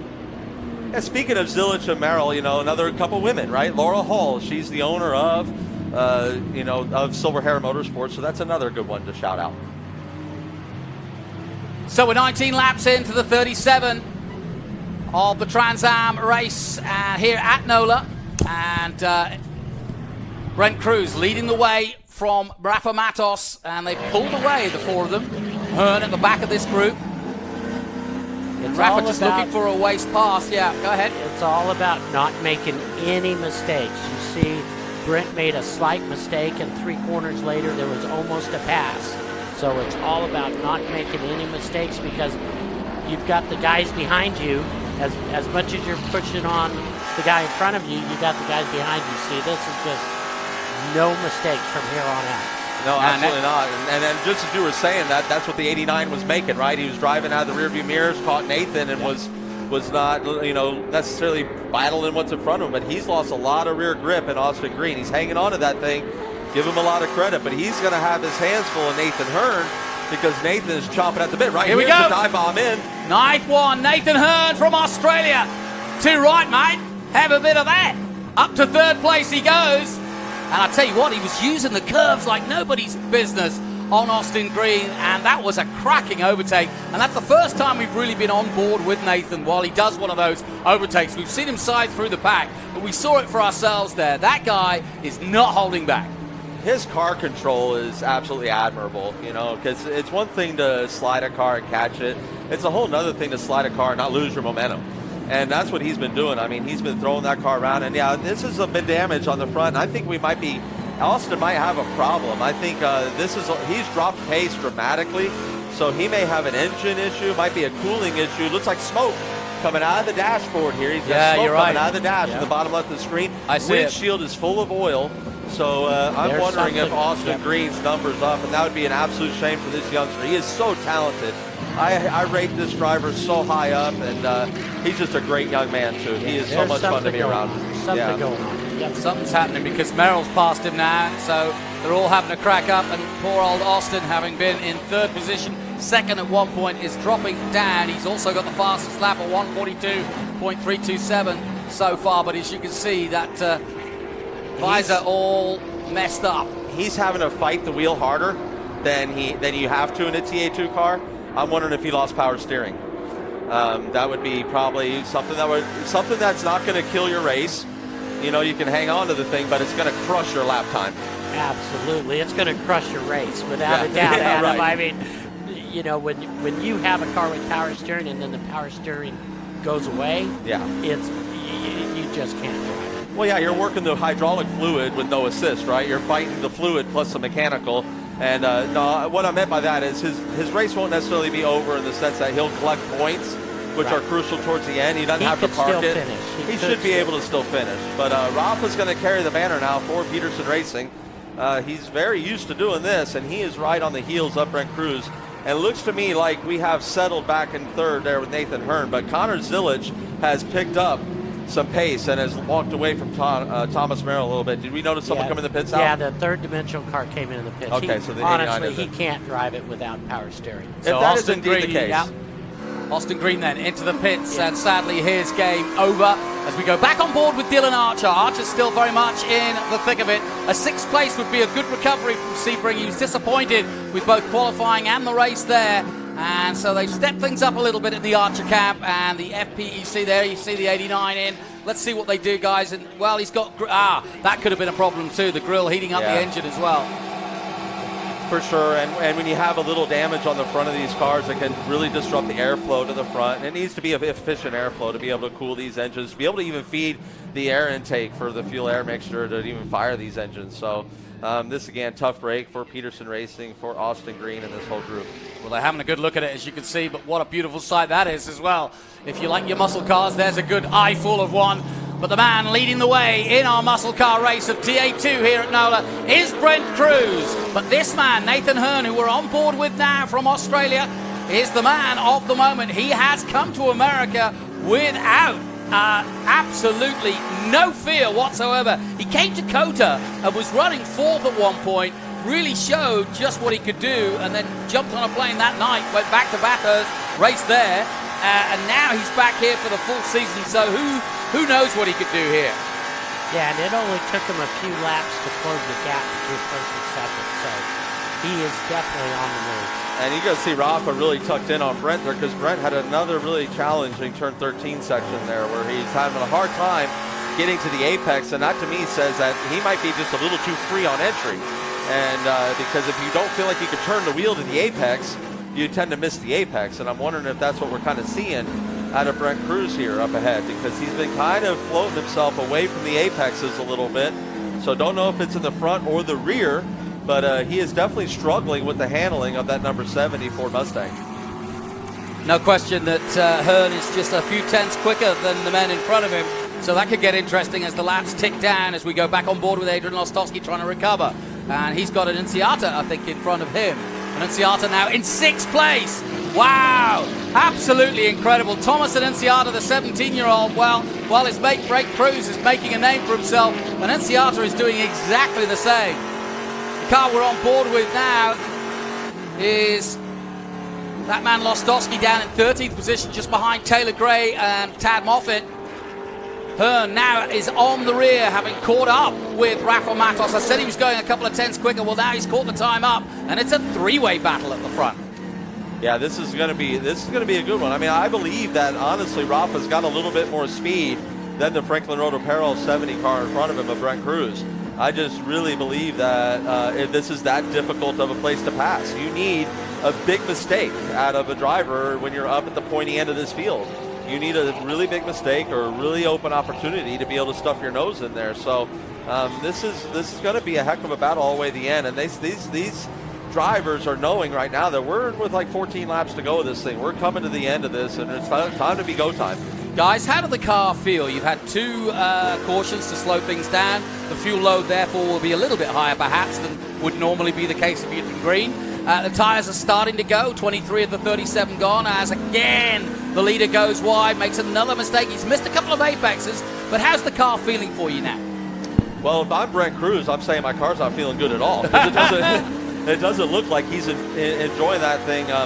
It looks to me like he's trying to find a brake balance, is what it looked like to me, because, yeah, he was really loose on entry, releasing the brakes. What I was witnessing, and this is, again, I'm speculating from a 30,000-foot view, folks, so don't take me completely to heart. I'm just trying to think of what could be going on with this young man, and I believe he dialed too much front brake in. We locked up the front brakes getting into turn 5 there. You know, I just heard from the pit lane from Ben Sissel that Austin Green, it was power steering failure that knocked him out. Adam, you called it. Thank you. Yeah, no, again, it's spend a lot of time in these cars. You realize it doesn't take that much effort to turn, and he had a fighting grip on that wheel, and a driver of his talent doesn't need to put that much grip on the wheel. But look at the onboard here of Nathan Hernan, how he closes up under braking.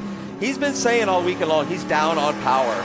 So not to see him do anything special at the end of these straightaways, but if he could tuck up in this draft, Al, if he could get that sniff, that might actually kind of subsidize that down on power. Definitely helping him. Definitely helping. So 23 of the 37, another bit of news, right rear shock failure for Brad McAllister. That's what's put him out of this race, but it's A-OK for the top three, as you can see from high above. Hearn still trying to stay with the leaders. 24 of the 37 completed. They're about to start that 25th lap. You know,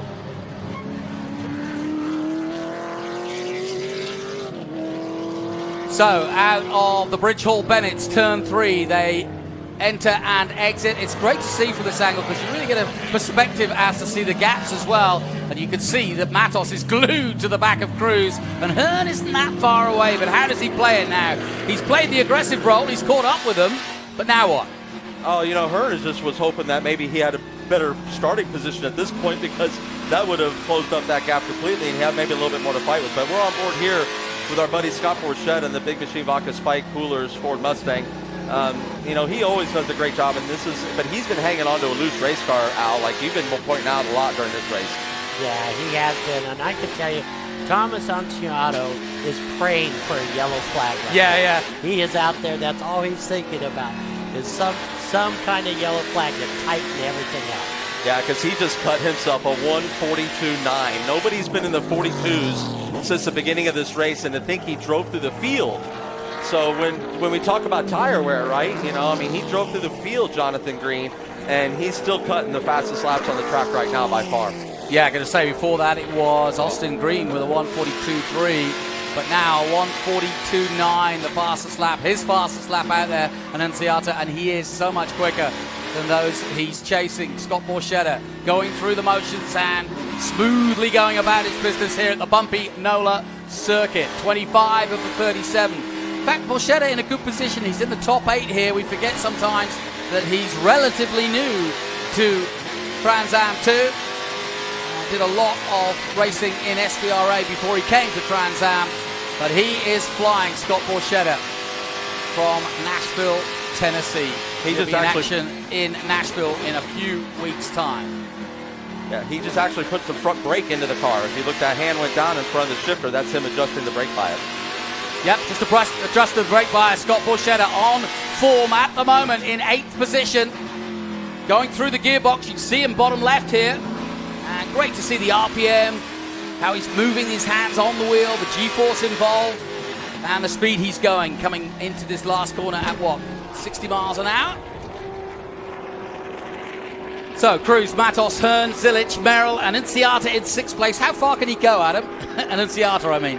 You know, I mean, again, like Little Al just said, he's praying for a caution because that's his best hope, because he's sitting there with a 4-second gap to Thomas Merrill, and you know, when you look at his lap time, you know, he's maybe a second, a little bit more than a second, so that would take, you know, at least 6 laps, 4 to 6 laps to catch. And catching and passing Thomas Merrill are two different things. Like I said, around NOLA Motorsports Park, this is not the easiest place to get around somebody. So as we're witnessing that with these battles up front, as Brett Cruz has found exactly what Nick Tucker was hoping he would find, and that's that long race balance of those chassis, the way that Nick Tucker sets them up. And he's one of the brilliant minds in our paddock. I truly appreciate his talents, and it's showing right there as we look at Thomas Merrill, and he's got Thomas right there, Thomas Annunziata right behind him on the hunt. And these are both Cope cars. So again, some women in racing. Mike Cope will say that he cannot run Mike Cope race cars without his wife Jane and Megan, and that is totally, and his daughter Megan, and that is entirely sincere. And he's got one of the best, coolest mechanics out there in Becca. She also runs short track, and my wife Tabitha and I, and another woman in motorsports, just like your wife Norma, another one of those. That's right. You know, and a shout out to all the wives, the mothers, the girlfriends that are out there, because you're the ones that make this great sport what it is for us to go out here and do it. We certainly appreciate you all. Thomas Merrill a 143.9 last time out, and Annunziata a 143.3. So Annunziata, the man you're looking at now on track, the 17-year-old, catching bit by bit on that man Merrill, our champion. Or with Archer again. Looks like his one of his sensors has come loose, but it's okay. It's still tied in. Yeah, no, Dylan Archer sitting there holding a pretty wheel. You know, he completed his first ever year in car racing, period. You know, he's done awesome simulator work and really honed his skill in the simulator. And now he's coming here and he's doing another full season. But this is one of those tracks that is new on our schedule. So again, a place he doesn't have any real track experience other than the test. They did come here and test, which was very, very helpful to this young man. As you said, a little GPS sensor flopping around out there. That could be a sensor for. That'll just be annoying rather than anything else. Yeah, he's not even noticing that. So you're looking at Thad Moffitt. He's the only one flying SLR colors, Scott Legacy Racing colors this weekend. As you mentioned earlier in the broadcast, Jonathan Green. Unfortunately, Dylan McIvern came down with some sort of bug. So we're wishing you the best, Dylan, and get back out here on the grid. Believe me, I was trying to get your seat. You know, they weren't giving it up for me. So Dylan, your seat was safe inside that trailer. But awesome, you know, and again, some more great women behind the scenes. Scott Legacy. He's got Alyssa, who was a graduate of the Peter Gregg Foundation. You know, Simon Gregg, a competitor in Trans Am. Peter Gregg, a Trans Am great. Has a foundation to find this young talent. They helped move her down, and she's now in engineering school at University of North Florida and earning scholarships there. As our first look at Taylor Gray in 12th position as we go back with Nathan Hearn. Not many more inroads made in the man in third place. He's sticking there with Rafa, but he's not making any inroads at the moment, but he stays half a second off the lead with Matos second and Cruz leading the way as he has done all the way. This is a very good, mature performance by Brent Cruz, because he may be only a youngster, but boy, he hasn't had that problem, has he? Yeah, that's what I was noticing just now, is the fact that you got Brent not making any mistakes out there, inching away from Rafa, and that's what he's doing right now. I believe Rafa with 10 to go now. Rafa wants to be on his tail, on it, just pressuring him right and left. Rafa's doing everything he can to close that gap on Brent, and Brent's doing a fantastic job not making any more mistakes like he was doing that was keeping Rafa there. That's exactly right, and that's the key to that right there. And Rafa, you know, you see him, he's trying on the braking zone. He's going deep. He's trying to close this gap, and he may have opened up a gap a little bit too to cool his tires, to keep the pressure off, and now he'll kind of poise himself for an attack under these last 10 laps. Well, if anybody, Zilic is about to join the party too. Zilic in 4th position, did a very good lap last time out, and he's closing in on Hearn as we get down to the nitty-gritty of this race. We're now with less than 10 laps to go in this 100-mile race.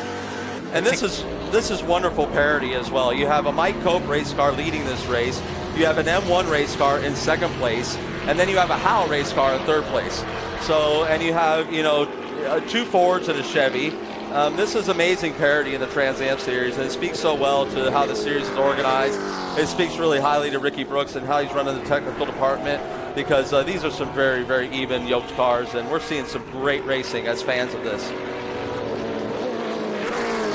So we've got 2 distinct battles here. We've got that battle between Merrill, the champ, and Annunziata, the pole man. Then we've got this battle at the front As you can see, Brent Cruz trying to hold off Rafa Matos, and as he tries to do that, two others are coming after him, and one of them is this man, Nathan Hearn.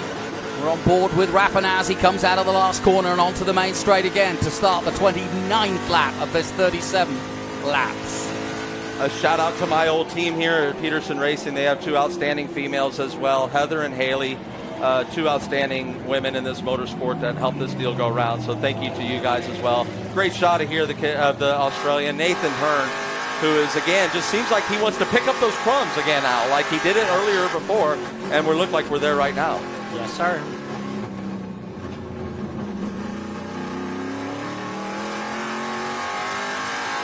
So on board with Nathan Hearn in the Cube 3 Ford Mustang. He's put on a heck of a show, and he has done since the get-go. I mean, he is at least, if nothing but explosive. He came from the back at Sebring, and were it not for a coming together with Scott Borchetta, which I think was unfortunate, it certainly wasn't purposeful, and it took them both out, unfortunately. And Nathan Hearn has just been the, well, not the star of the show, that's the wrong word. He's just been the surprise of the early season, should we put it that way.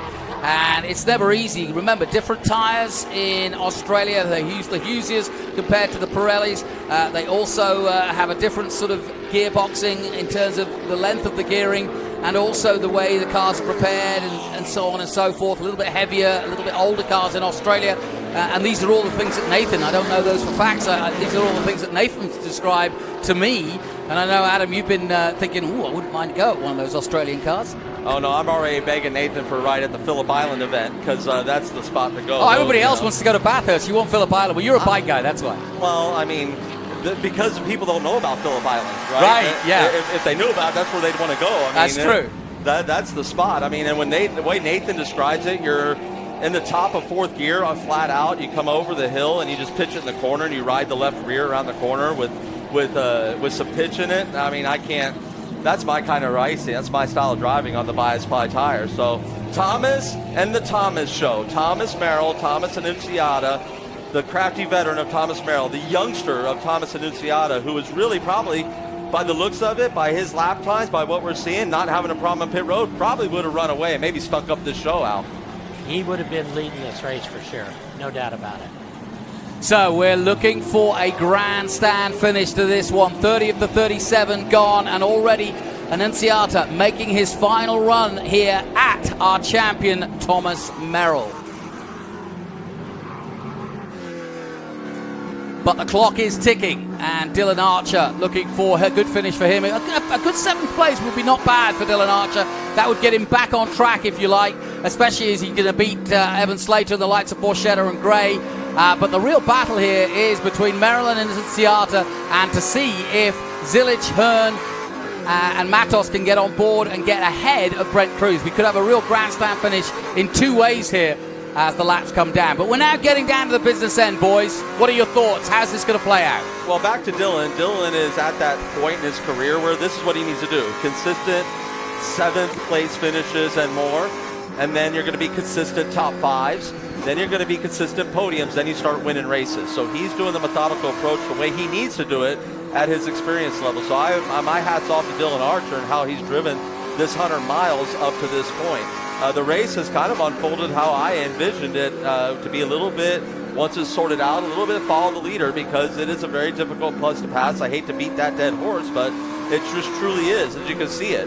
And when you have a tightly controlled rules package like we have in the Big Machine Vodka Spike Coolers TA2 series, then you're going to make sure that it's very difficult to pass at a place like this. So that's what we're seeing here.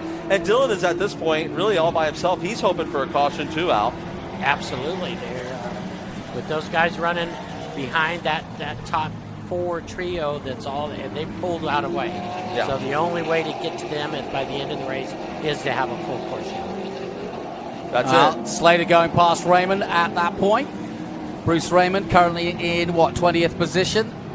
And a little damage to the cars following. And there's Keith Prochuk in the number 9 coming through. Shot there. Not a big weekend for him so far, but still going well in 13th position just behind Ben Meyer.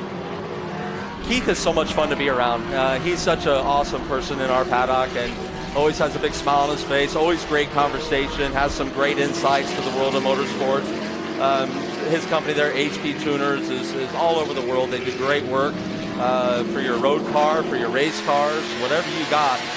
They can tune you up just awfully nice and good right there. And as you talked about Bruce Raymond, he's got Maria Crudy, an avid motorcycle racer, on his crew, and that's kind of a cool to have. A nice shout out to another one of our women in motorsports celebrating those. And then we have to celebrate our women driver here in the Big Machine Vodka Spike Coolers TA2 series, and that's Michelle Abate. And she's been a wonderful, wonderful addition to our series. And Ghost has been a great partner to her. Lucas Oil, I know those partners she would definitely want to get as much exposure for them as they make the world go round for her. And by the way, running in 15th, she's going to be a lot happier with that. That is a really good result. She's behind Doug Peterson right now, the Ghost-sponsored Michelle Abate from Las Vegas. She's looking forward to the Formula One, that's for sure. But one of the most popular drivers in TA2, Michelle Abate, currently in 15th place at the moment, just ahead of Tad Moffitt and Tommy Sheehan. So she's got both youth and experience behind her.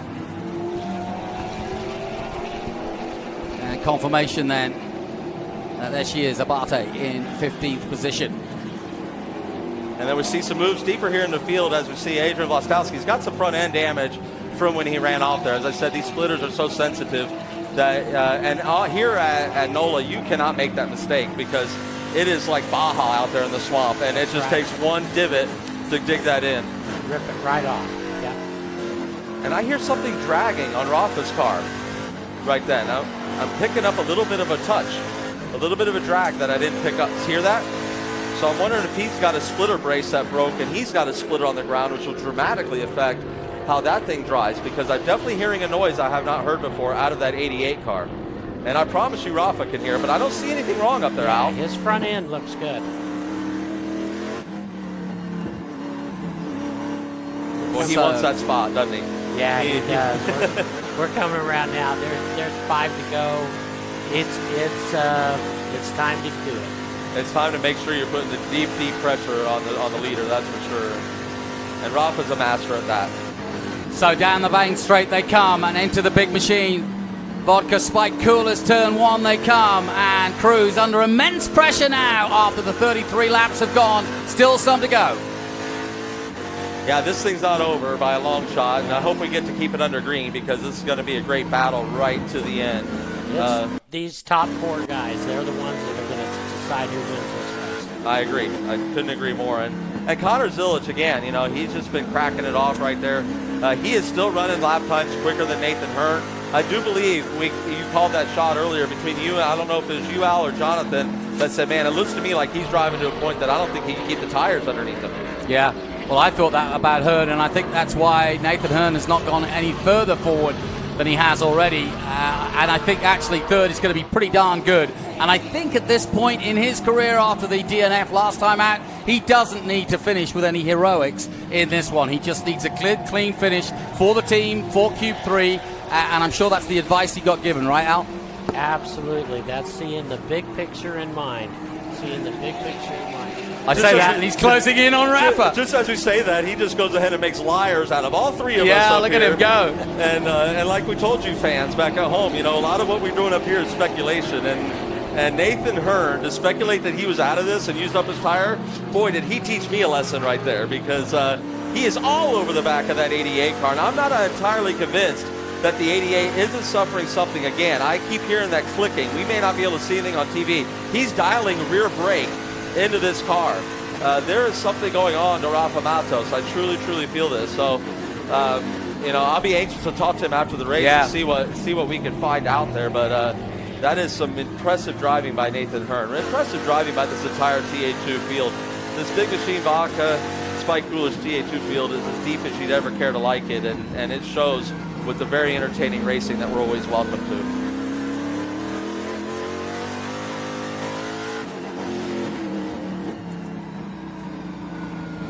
So then, we are ready for a grandstand finish. We believe Rafa's struggling somewhat. That could play into Hearn's hands. Cruz, on the other hand, is actually cruising along here. He's got us more of a gap than he's had in previous laps. He's got a bit of traffic ahead of him, though, and that could come into play. 34 of the 37 gone. We're looking at the Q3 29 of the Australian, the Berryman-sponsored Nathan Hearn. Zilic has dropped off a little bit in 4th place. I mean, again, I can't say enough about Brent Cruz and the way that how poised he's been in leading this race, operating in this race, controlling the race in the way that he has. From up here, we can only spot a few mistakes, and I'm sure Brent, as critical as he is of his own abilities, he probably spots 2 or 3 per lap. But he's doing such a magnificent job out here in front of in front of probably one of the best drivers that we've seen in a generation, Rafa Matos. And again, one of those generational drivers that I spoke to before. We're seeing last generation of Rafa come up against this generation of Brent Cruz. I totally agree with you, Adam. Brent's just doing a fantastic job today. It's a very accomplished performance because Rafa's no fool, and he would pounce if the opportunity was there. He's been close enough the whole time, and he'd prefer to lead, I'm sure. He doesn't want to sit there in second and risk anything. He wants to win races. And again, shout out to John Outwell there, because that was traffic that they came up on, and John made it super easy for all the leaders. As we got a spin from Borchetta. Now, did he get a tap from behind, I wonder? I'm sure there's a replay somewhere that'll show us that. That's a shame for Scott here in the Big Machine Vodka Spike Coolers, number 48 Ford Mustang. He was running such a solid race. That's probably going to drop him out of the top 10, maybe around 12th or 13th. That's a real shame for Scott. Yeah, and Al, as you were pointing out, he was hanging on to the back end of that car for dear life. So he was loose. If he did get touched, he wouldn't need to be touched more than Let's maybe have a that look. much. Yeah, he got a touch, I think. No, maybe not. No, he got touched. Yeah, he got touched. Yeah, the 80 car had a hard time keeping underneath him. Yeah, Taylor Gray had a hard time keeping underneath him in the braking zone, and that was totally unintentional. That was not on purpose by Gray. No, that was a race in action. Right? He didn't get 50 shades of gray, he just got 1 shade of gray. That's all he needed. There you go. But a tough start to Scott's year. I mean, they've just been using him like a ping pong ball. And I know. It just doesn't seem right, and so he'll regroup. He'll be back and better than ever, I'm sure, for Road Atlanta. Now Hearn is making one last gasp at trying to get past Rafa Matos. We believe that the adjustments that Rafa's been making means that he's not 100% comfortable, although the lap times haven't come down, and Rafa's still there in second place. He's leading the championship, and he would continue to lead the championship if he comes second here. But it's nip and tuck between these three, and Zilic isn't that far behind either. Yeah, Great racing. He wants his way. He's trying to find his way. And again, I could be wrong. I could be speculating. I'm just saying I picked up on a noise. He made a rather large brake bias adjustment that time. Usually it's a click or a turn at a time. He grabbed 3 and went at it. So that's an awfully big rear brake adjustment. A lot of times that's to get the car to rotate on entry. It means you're not getting the front end underneath you. You want that car to rotate. I almost imagine like you're pulling the handbrake on your car, and you rotate the rear of the car. That's kind of what he's making it do. And you can see him fighting the wheel there on exit. Yeah, they're doing everything they can right now to find a way around each other. Well, this has been a cracking race at the front. I mean, it really has been intense. Everybody else has been trying to catch up with these leaders. They've been on the same pace throughout much of this race, and that is proven by the fact that Brent Cruz has not lost the lead since he picked it up right at the very start. And, of course, he was gifted it by the fact that Thomas Annunziata, the poleman, his mate at Nitro Motorsport, went out and had to start from the pit lane. He's made it back up to 5th place, which is an incredible result. Has got past Thomas Merrill, our champion, in now 6th place. Meanwhile, Rafa has been able to do nothing to stop Brent Cruz, who's missed the odd apex, but Rafa not in any position so far anyway to make a real proper lunge and make it stick. He said he would save himself till the end of the race, and that's what he's doing. And I keep on saying he's missing the apex there, but Brent's a pretty wise cat, and I don't think he would keep doing that over and over again. So I think he found something out there. He may have found some grip. He may have found a way to keep that 88 behind him in a different way, but we're at a white flag right now throughout the green, so this is go or no-go time for the 88. And the 70 knows it as he goes to protect inside, but you got to remember, you leave the outside open in turn 1, the inside's available in turn 2. But absolutely. So Rafa making one more attempt. He's going to try to put pressure on the youngster, and let's see if he crumbles. They're both physically tired at the moment, and these muscle cars are exactly that. You have to muscle them around, and there's a lot of muscle underneath the hood, some 550 brake horsepower.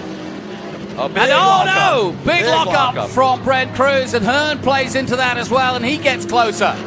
So the pressure's starting to be felt here. Yeah, you have no idea how big these race cars get in your rearview mirror when bet. it's the last lap. Little I know something about that. All about not making any mistakes right now for Brent. Brent just needs to drive his line and ignore Rafa, and he's going to be all right. Yeah, you're absolutely right. There's one more passing point coming.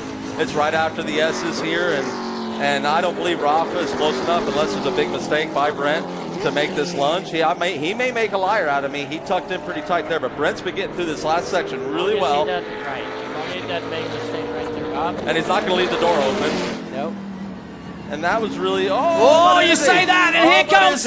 Oh, that was a big moment, and Cruz almost blew it, and now here comes Hearn. Hearn comes for second place. It's neck and neck with Rafa Matos, our former champion. Hearn won't be denied. He's going to come alongside and up the inside of Rafa Matos. And Nathan Hearn from Australia has just shown the Brazilian the way and taken second place as he was battling for first.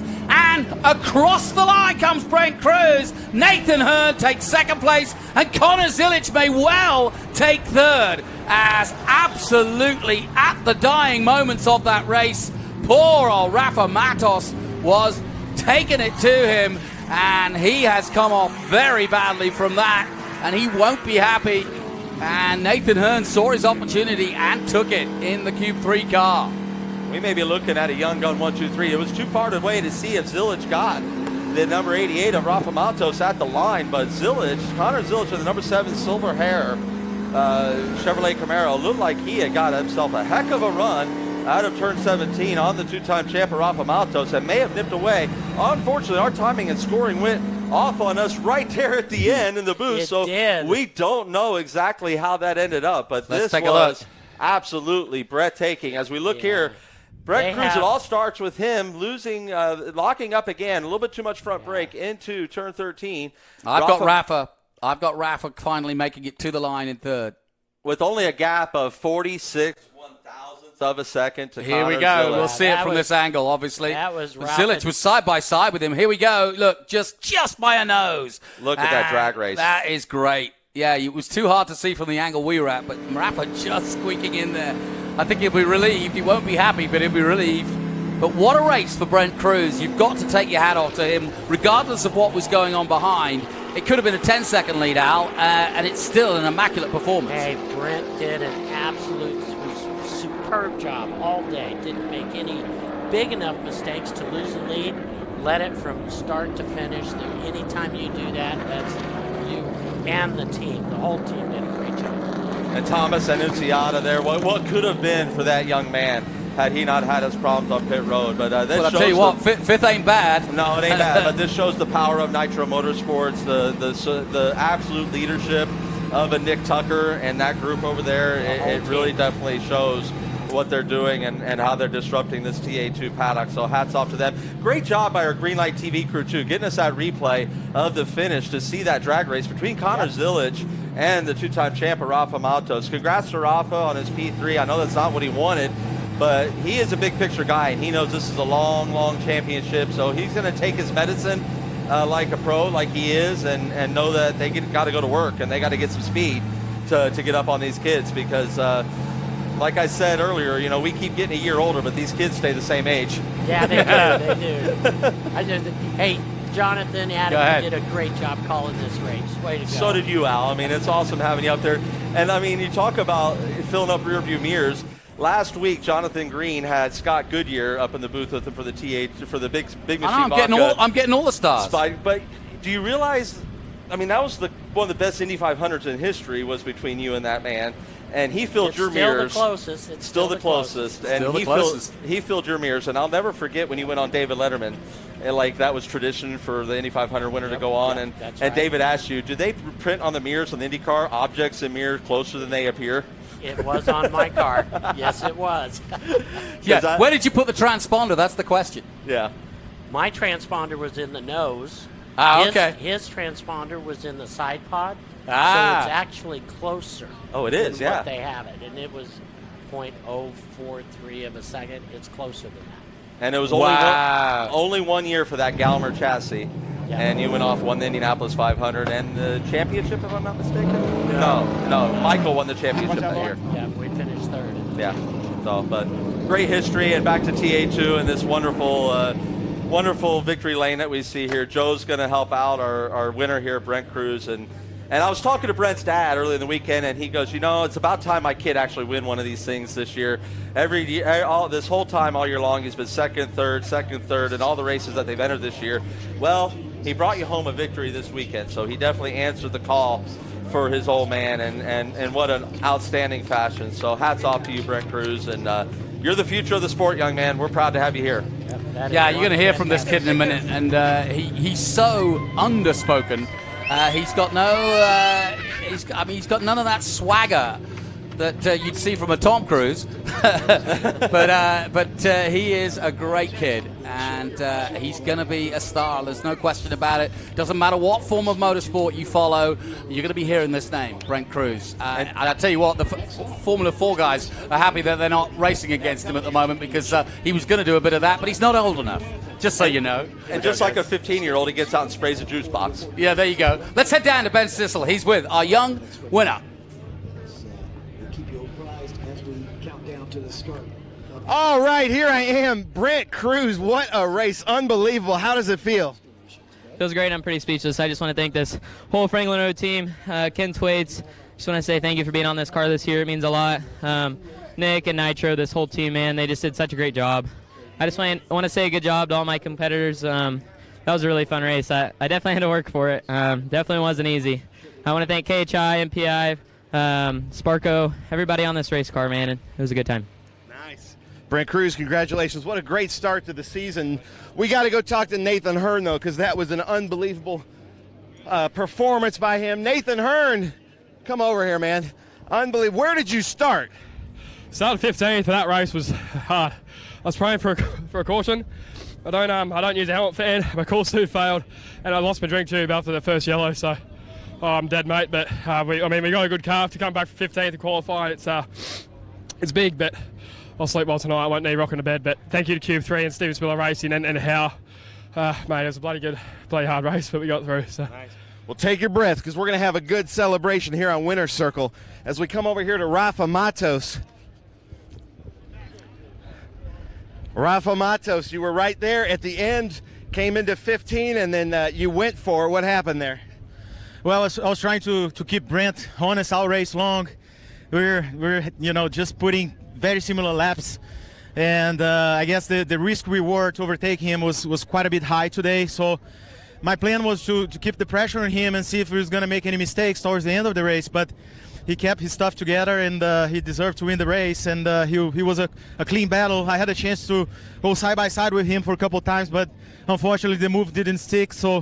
And in the last lap he blocked me in the last sector, and it killed my momentum, and I lost the position to Nathan Hearn. But overall, a very good day for the championship, very good points day. Can't be more proud of my team, Three-Dimensional Subs group, again on the podium. And like I said, to win the championship, we got to keep finishing races. If we win races or finish on the podium, it's a big bonus for us. Nice. And like you said, championship, twice on the podium. What a great start, Rafa Matos. Hey, NOLA crowd, let's hear it for that race. Come on. All right, well, we're about to start with the Winner's Circle celebration. Back to you, gentlemen. Thanks, Ben. Excellent stuff, and an excellent atmosphere down there as we look across the great city of New Orleans. And just to confirm, our winners, Brent Cruz with a sensational Nitro Motorsports win there in TA2, ahead of the Australian champion Nathan Hearn. Rafa Matos taking third, Connor Zilic in fourth. Annunziata, the poleman, just 17 in fifth place. Merrill, sixth. Archer, Slater, Gray. Great to see so many youngsters. Ben Mayer, another one of the kids, in 10th position. Lostowski, 11th. Prochuk, Buschetta, Moffitt, Peterson, Abete in 16th place in the end. And Atwell, Rumberg, Sheehan, and Raymond. That's our top 20 for round 2 of TA2. A little further down, Sarge, Mock, Bacon, Austin Green, McAllister not finishing, Crambose, Werner, and Boris said Jr. also pulling out of the race before the time of 37 laps was up.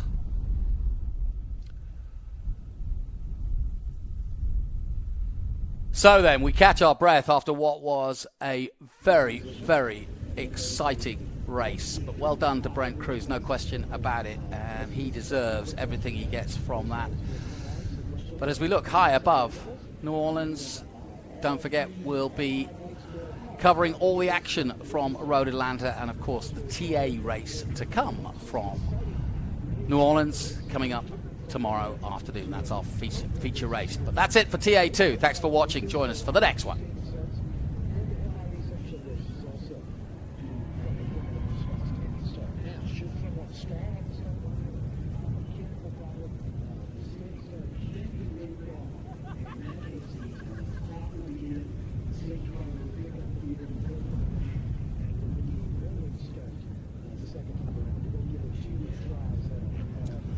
So as we wind down from TA2, we get ready for more action coming up from the Speed Tour, but let's look back at some of the great action from that TA2 race as we look at some of the highlights from our 100-mile Big Machine Vodka Spiked Coolers race. It started off with a big surprise at Inciata, the poleman, out of proceedings. Then some action off track as Thomas Merrill, our champion, went grass tracking but managed to hold it all together. Out front, Brent Cruz was being pressured by Austin Green and Rafa Matos. Nathan Hearn was making moves, as he did all weekend long, and bit by bit he would make it up to third position, the Aussie. Great stuff from him. He is electric. Sadly, Scott Borchetta, for the second round in a row, was turned around. No big damage this time. Meanwhile, Hearn was still at it. Zilic now getting in on the act, and Rafa Matos almost losing out on third place. Hearn taking second behind this man, Brent Cruz, who is your winner. Now, as always, we have a cool move of the weekend, and that, of course, has to be our poleman, Thomas Annunziato, because the chill-out move has to belong to him. He came right from the back and got all the way to the front, pretty much anyway. A top 5 finish for the man who had pole position. So this week, our cool shirt systems, cool move of the race, and pretty much you could count any one of the moves he made. He got past the champion, he got past most of the field in that number 90 Nerd-sponsored Nitro sports car to come right from the back. He basically didn't get off the grid to start the race from pole and therefore had to start at the back, but once he did, he just made his way all the way to 5th, and therefore no big surprise that he is our cool shirt systems cool move of the race. All right, we'll take a short break here from New Orleans. We'll be back at NOLA Motorsports Park. Don't go away, as we've got single-seaters coming your way, and I'm joined by Hayden Bowlesby.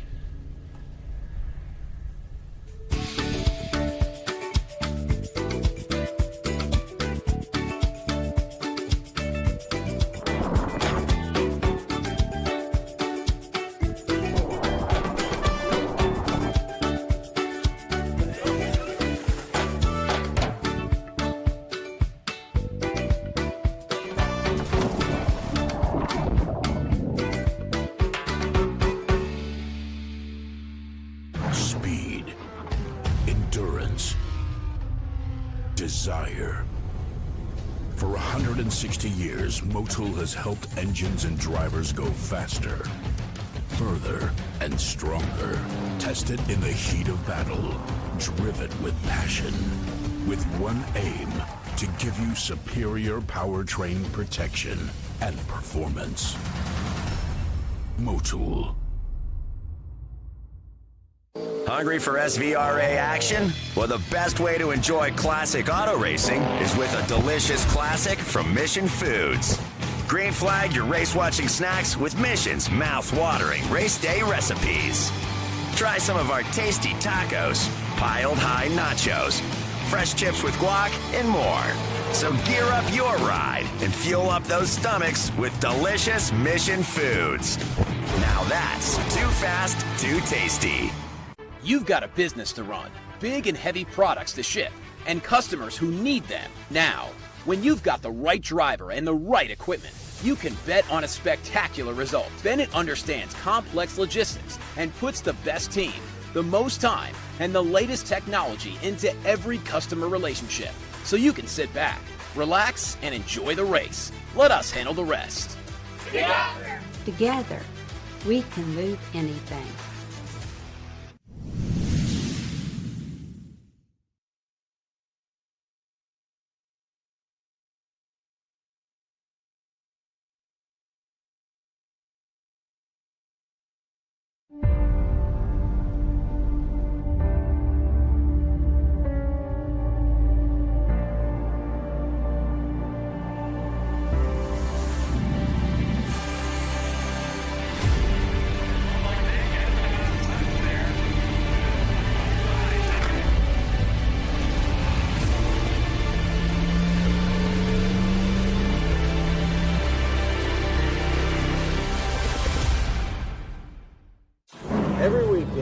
driving trucks for Clean Harbor.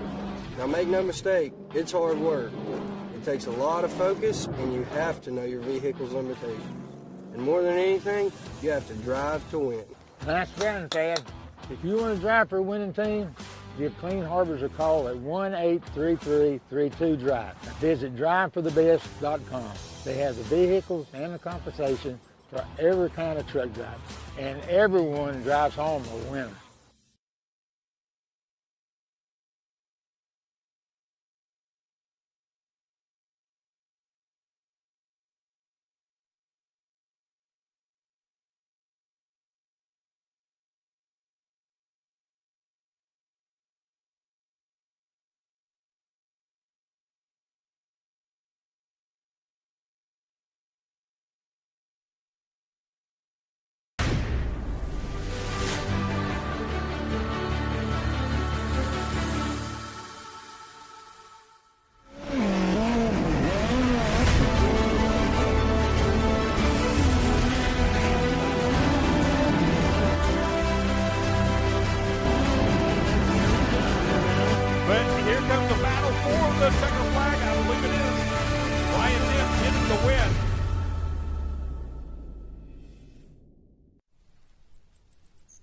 A force of nature?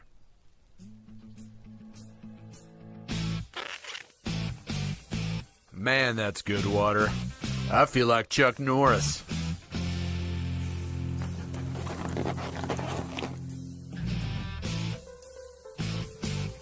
Seaforce water is a force of nature.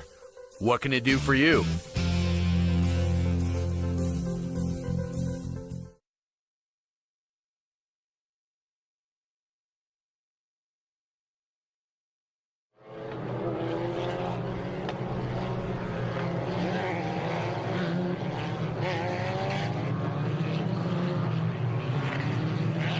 Welcome back to NOLA Motorsports Park here in New Orleans, and I'm going to welcome a local to us, Hayden Bowlesby, who is the perfect guy to have here in the booth for this one, because not only is he from New Orleans, have I said it right, New Orleans? Yep. There you go. He's also been a perennial member of the F4 fraternity, now racing in Formula Regional, and that's the plan. That's what all of these young men want to do, which is progress through the ranks of single-seaters and hopefully make it to the dizzy heights of Formula One, potentially IndyCar, whatever, sports car racing. What is your hope, Hayden? What do you want to do with it? I think staying in America is probably the most plausible situation, so IndyCar is the goal for me right now, but we have a scholarship going towards Super Formula if we win Formula Regional America, so that is the goal this year. I would love to go to Japan. Yeah. Good strong field here, as you can see, and I'm sure a couple of your mates from past racing are amongst them, including a teammate or two. Yeah, I got my teammate on IGY6, Christopher Parrish. Hopefully, I'm hoping he does well and can make some positions up in the start. And yeah. Well, Hayden will be in action later this weekend. Well, today actually, in the FR race. So we'll be watching him in action in the Formula Regional, the big boys of the Formula 3 FR Regional Championship. But we are now turning our time to F4, United States F4, and a full grid